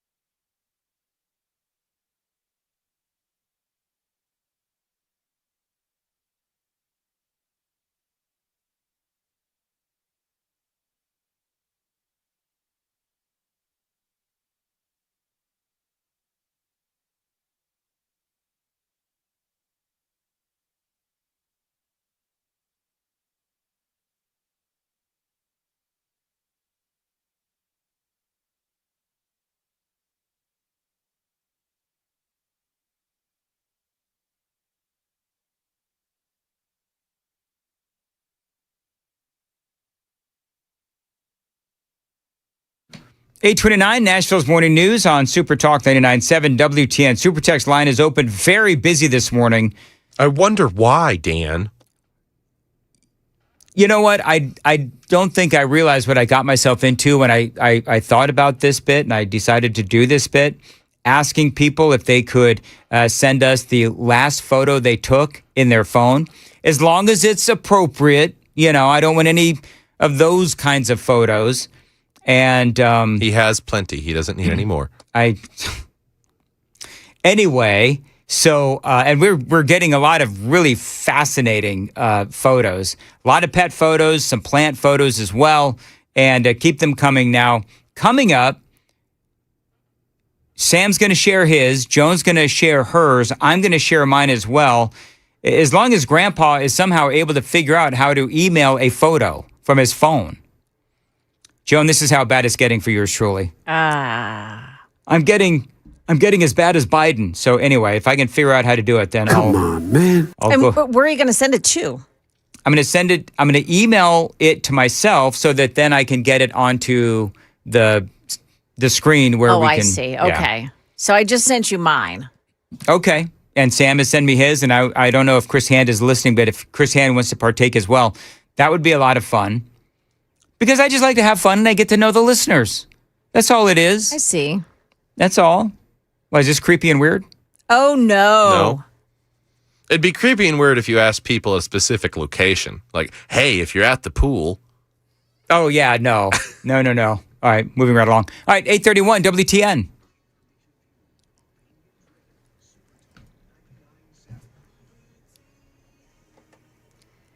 Good morning. I'm Joan Jones with your top stories, and we've been watching this closure on 65 northbound this morning. Still there. Exit 104 to 108 is shut down by a crash of 2 tractor trailers that erupted into flames. Now, we do have the TDOT telling us that within the half hour, they'll have one lane available for us to get around and then a full opening by 1 o'clock this afternoon. I am watching a skid steer taking some of the debris off the roadway, so they are working on it. It looks like we may get that one lane open within a half hour. We'll keep an eye on it. In the news, officially, one man is dead after an elderly driver ran a red light on Lower Broadway over the weekend and plowed into pedestrians. And now News 2 is reporting another victim is in very critical condition. Misty Morris says her friend Diane is fighting for her life in the hospital. She had brain bleeding. She had internal bleeding. She's got so many fractures in her ribs, so many broken ribs, so many fractures in her legs. Misty says Diane was on her way to Barry Manilow's concert in downtown Nashville. Misty says she hopes this tragedy sparks conversation with Nashville leaders around safety concerns on Broadway. Hey, Tennessee, let's do better. Let's get some safety precautions in there. Shut down Broadway where the major bars are. Shut it down for all vehicles coming down. If you can't afford the barriers to be popped up at a red light, then you need to implement shutting it down completely. That's News 2's Kendall Ashman reporting. Well, now the former Olympic canoer David Hearn has vandalism charges dropped against him in the case of the Washington, D.C. reflecting pool. His lawyer is speaking out. Joshua Kolb says the evidence against Hearn just wasn't there. The documents that were handed over from the Department of Interior to the Department of Justice are part of the record. They're in the filings right now for the public to see, as well as the court. All of that is now a matter of fact. U.S. Attorney Janine Pirro saying the evidence showed the contractor hired to replace the liner was to blame. President Trump saying that Janine Pirro, quote, folded like an umbrella. Market numbers brought to you by Beacon Capital Management, online at beaconcm.com. And stocks have begun trading now. The Dow Jones Industrials beginning up 742 points make that. The NASDAQ rising 267. The S&P 500 index at the start here is plus 43 points. That's the latest news. Traffic and weather next. I'm Joan Jones, WTN News. Look at Joan, 8:33 Nashville's Morning News. Dan Mandis here. Back to school time means back to busy schedules, homework and activities. The last thing you need to worry about is your HVAC. So let Busy Bee do that for you with huge savings. Now this month of August, you schedule any HVAC maintenance or repair and you get a free dryer vent cleaning. That's added safety and one less thing that you need to worry about. If you need a new HVAC system, you buy a high-efficiency unit and you'll be entered to win Busy Bee's Healthy Hive giveaway. That is a $1,500 sponsorship for the local school of your choice. You can also gift your favorite teacher or staff member a Beehive membership. You can also get a $500 gift card with qualifying whole home repipes or main line replacements. All kinds of ways to save with Busy Bee Plumbing, Heating, and Cooling. And with approved credit, enjoy 0% financing for 18 months. Busy Bee Plumbing, Heating, and Cooling, 615-775-7833, 615-775-7833. Visit them online, busybeehvac.com.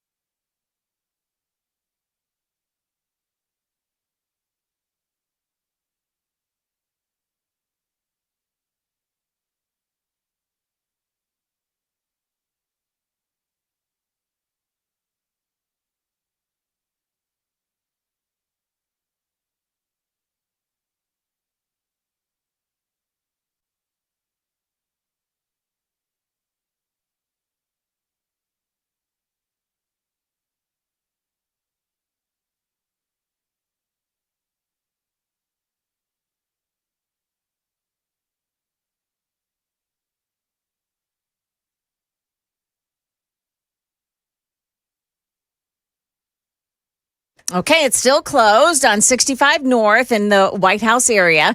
Exit 104 to 108. They're still working on that crash scene involving 2 tractor trailers that caught fire on impact. Now, TDOT is out there. They've got skid steer out there. I'm watching them move around some of the debris that's on the roadway.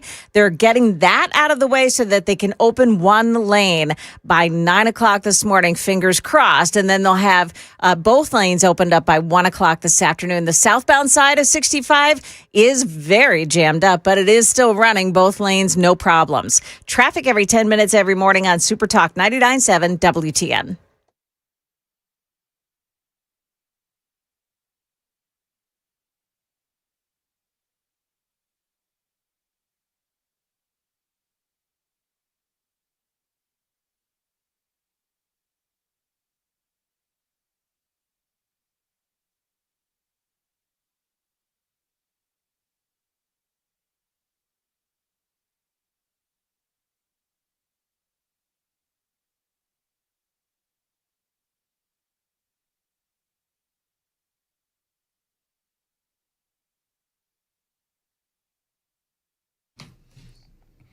$8:38.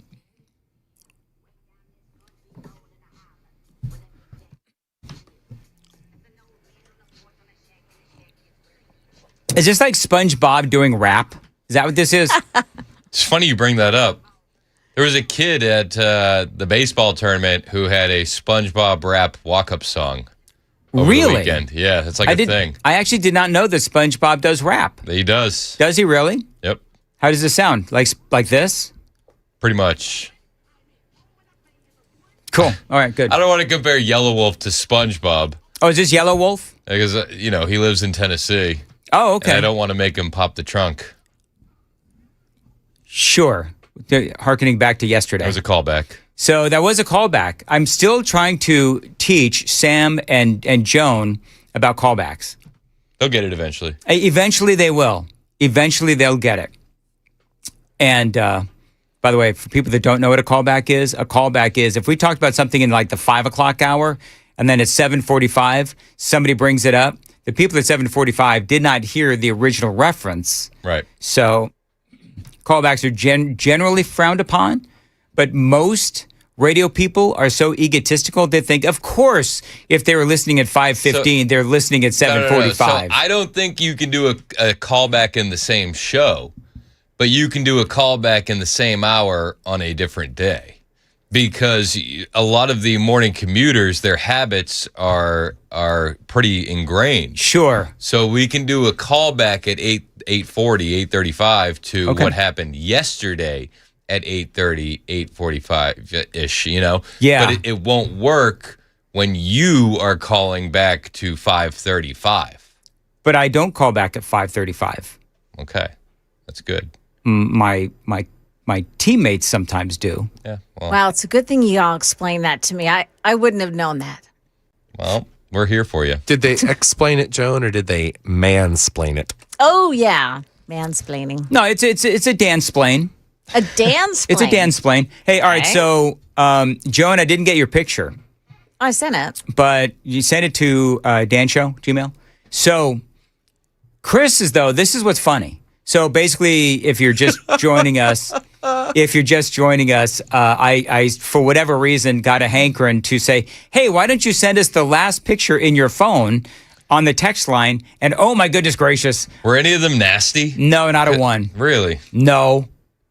I wonder if Text Groove has a filter, because a lot of people say this is my last pick and then it doesn't show up. Plan fail. I'm totally kidding. You know what? I'm so mad. Gmail is constantly telling me that that I have no more storage, so they can't send any more emails. All I have to do is continue to buy more space, more storage space. You got to pay that $2.99 a month. It's unbelievable. All right, so no, I can't attach anything. Sorry. All right, that's fine. So, Chris, you know what Chris's last photo was? What's that? Yesterday. We're talking about this, Joan, where... Is this a callback to the 5:35? It is a callback to the 5:30. Okay. All right, good to know. Where I'm leaving the studio yesterday. And in a fit of rage. Sure. Because he's like, the TV's finally working and it took this much time, and he smashes his mug down on the ground. Like an absolute animal. That's what I did in a fit of rage because I'm known for my rage fits. I dropped my coffee mug and it shattered all over the floor.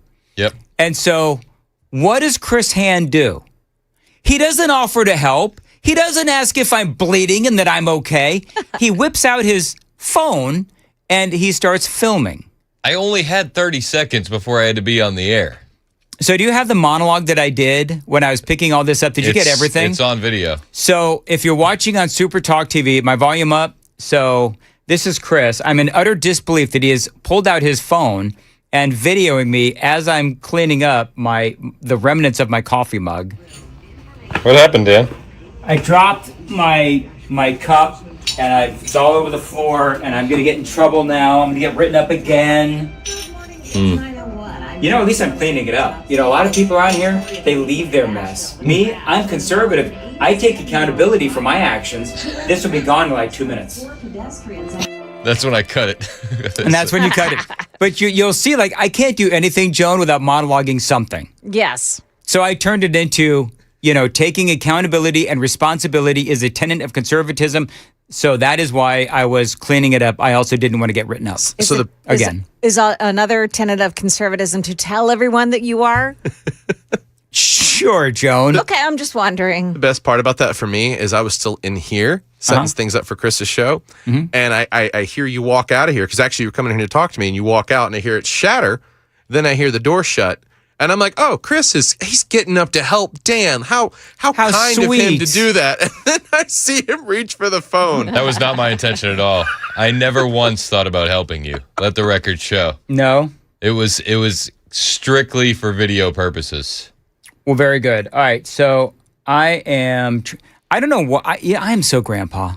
You are. Like, I cannot figure out how to get, let me see. Chris, can you help him?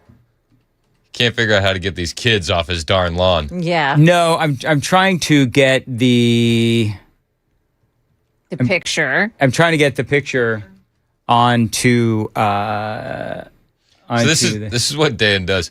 He doesn't open a new tab. He opens a new window. So then he has to go window by window to figure out which one is playing audio in the background. I'm getting close. I think I got it. Nope. You know what? Back to Trump. This is going really well. Let's see here. Boom. I'm just gonna have to delete all these. This is terrible. Just close all the windows. I can't close all the windows. I can't close all the windows. You got Trump yelling back there? Is he yelling at Jeanine Pirro? Is that what he's doing? Oh, he lit her up, man. He lit her up big time. Let's see. Well, so the problem is Judge Jeanine, she's terrible. We're sending her back to the 5. You know what the sad thing is about Jeanine Pirro is that she gave up a really good gig for that job. Yep. And so that's kind of part of the conversation is that, here she is, she gave up how much she was probably pulling down at least $1 million. I would think so, right? She's pulling down $1 million. She leaves it to go be the U.S. attorney for Washington, D.C., and now she's got a situation where is she going to be out of a job? Will they take her back? Because you pay attention to the markets, right? Was it Kalshi markets? Kalshi and Poly Market. Yeah. Those are the big ones. Yeah, and so now she's in a situation where she might actually lose her job and be out of another one. I think I got it. I don't think she's hurting for money. Oh my gosh, she was making $3 million per year. Wow. She was making $3 million? $3 at million. Fox. Yep. Why? See, you know what the funny thing is? I hate to say it like this, but I said when this whole thing was going on, I said, you know what?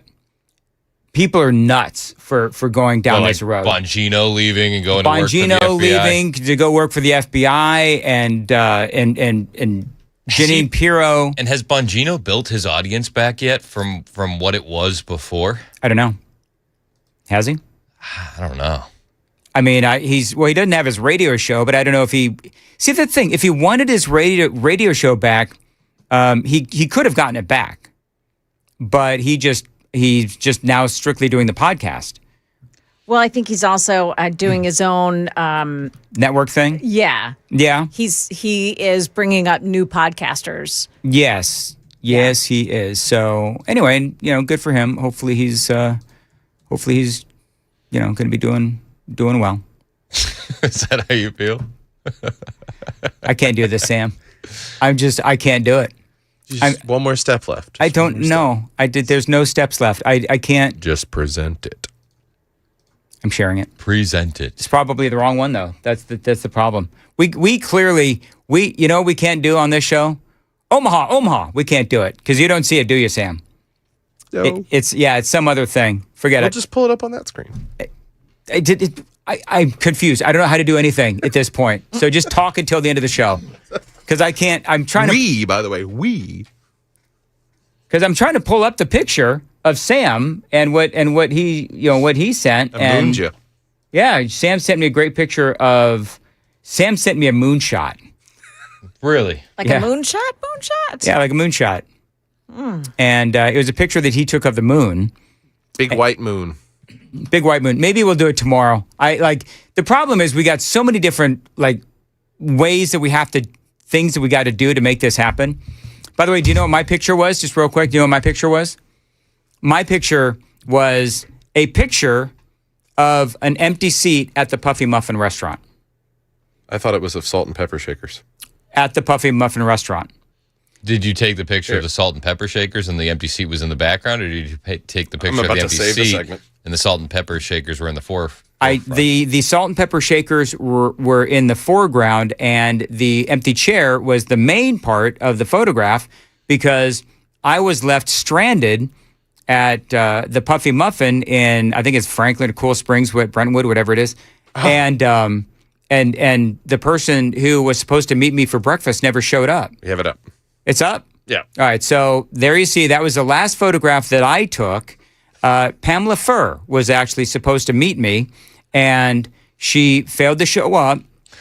So, and I'm getting all choked up. Pamela Furr left you high and dry. She did. And so I actually thought, okay, and then I called her, and I'm sitting there all alone in a restaurant, which is fine. And I'm hoping she's okay. Well done, Chris. I'm worried that she, has been attacked, by some marauding Muslims or something like we saw in Morocco. Something like I'm worried something has happened. And then she finally calls me back. Texted her, have you been attacked by marauding Muslims? That's what I said. Is that what you said? And you know what she said back to me? Oh, shh, beep. I forgot about you. She did. She literally forgot about me. She forgot. She wrote out shabeeped. And then here's the funny thing. So then today she said, I'm so sorry. You know what I'm going to do to make up for leaving you at the Puffy Muffin? I'm going to bring you guys a bunch of really nice muffins today. No muffins. I didn't see any muffins in the break room. No muffins. Isn't that Not weird? a single muffin. Wow, now she's disappointing all of us. Yeah. Now she's like 0 for 2. So I don't know. Also, there's a pretty moon. Yeah, go ahead and put up your moon. You're desperate to put up your moon. I'm mooning the whole audience right now. All right, so Sam took a picture of his moon. So it's impressive for a $250 camera. So anyway, so love the people played along, and I'm not gonna be able to go and look at all of these pictures. Somebody said in, we were talking about this, someone said in their they had a strawberry pie and then a strawberry cheesecake. That cheesecake, I don't know how you could, but if you could drop ship it here, since we don't have any muffins, we'd all be very It's a little late. We're kind of all done. 8014 sent in a white dudes for Harris picture, and it's an overweight man in a bra with his nipples protruding. Yuck. Wow. Is that the one that asked? Like we didn't need that. When a bit goes dark. I'm just shocked that that's the last photo you saved. I know, that's pretty dated. I don't know if that's true.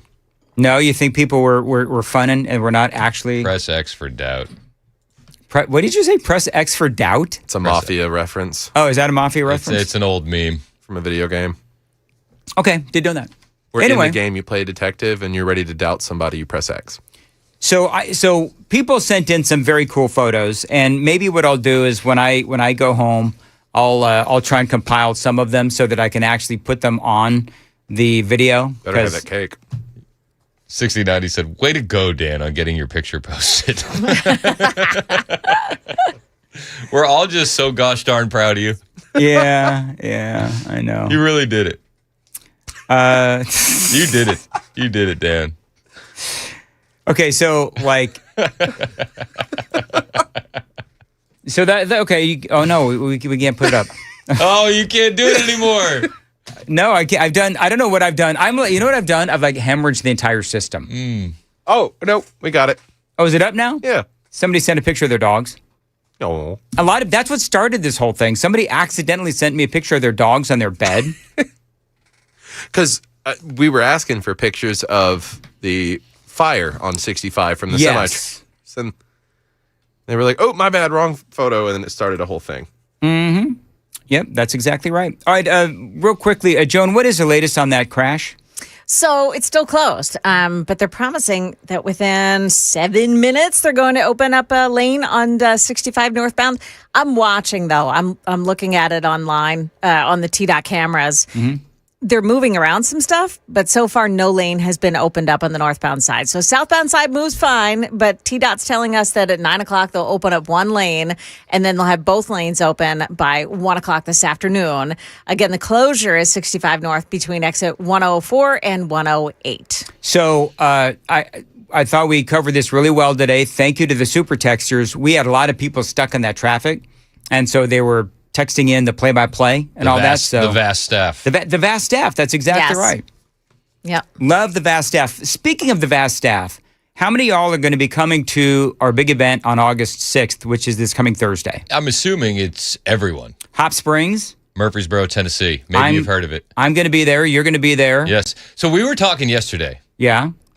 We're going to be doing the coverage until 10 o'clock. Right. What's the over-under on when Dan Mandis taps out for bedtime? No 7. later than 9:15. I think it's like not. I think we set the over-under at 9:15. Really? It's pretty late, man. That is late, honestly. Hop Springs, is that? It's hopping. Yeah. Is that on 70S? Joan's just only saying letters now because she got chastised for 31W. Yeah. Yeah. Is that what's going on? Here, you know, do you know where Hop Springs is? We love Hop Springs. It's as far away from my home as possible. That's what I was thinking. That's where Hop Springs is. It's in my neck of the woods. I love doing events at Hop Springs because it's just a hop and a skip. So, yeah. So I'm a get there early kind of a guy, and then I'll leave early. So 9:15 is pretty late. I don't know. What do you think? You think 8? It depends on when they announce a winner for the results. Well, when do you think? Okay, so we said we officially have the line in the sand at 10 o'clock. And that's when we can go longer. Well, that's what I said, but we're not California. Will we need to go longer? I don't think so. I think they'll be calling some of these races pretty quick. I mean, the main one everybody wants to know is the governor's race, right? That's what everybody wants to know. Now, if it's as close as some polls are saying between Rose and Blackburn, it may take a minute. If it's more of what some of the other polls are saying, which is Blackburn is pretty well in the lead, it may not take all that long. Well, that one was done by Donald Trump's chief pollster in 2024. Anyway, so you didn't mention Monty at all. Yeah, what's your bias against Fritz? Yeah. I have no bias against You didn't Fritz. even mention that he'd be like in the running. Just saying. Dan don't think it'd be like it is, but it do. I mentioned this earlier because the Fritz people are really beginning to bug. I love all you people.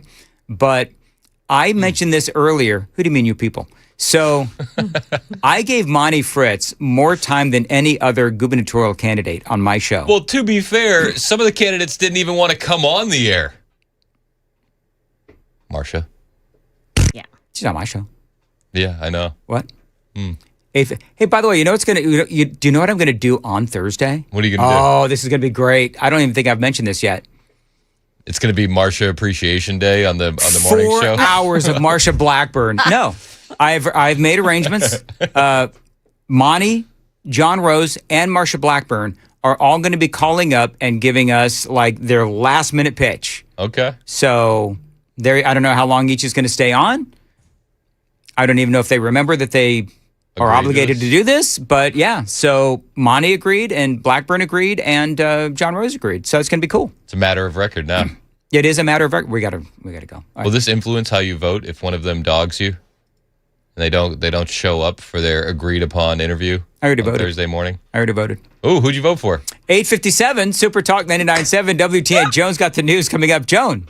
Yes, Music City Loop news as that underground project continues. We'll also check back It's in. the B&A hole, I'm Joan. sorry, the B&A hole news is coming up along with information about that 65 northbound closure, which is still going on. It's all coming up at 9. Jeez, Chris, on Super Talk 99.7 WTN. All right, 8:58, Nashville's Morning News on Super Talk 99.7. Dan Mendes here for the Wellness Institute of Nashville. If you've been suffering from chronic back pain, neck pain, or knee pain, they can help you like they've helped so many others across Middle Tennessee. Whether it is non-surgical spinal decompression or the brand new Medical Bay One, they've always got the latest and greatest technology to help you get off the sidelines and back in the game. They did it for me years ago. They can do it for you today. Now, right now, Medical Bay One, they've got a great deal going on. You mention my name, you get access to it. $33 off each and every visit. It is the Epic Spinal Special. 615-246-5009. 615-246-5009. PainIsBad.com.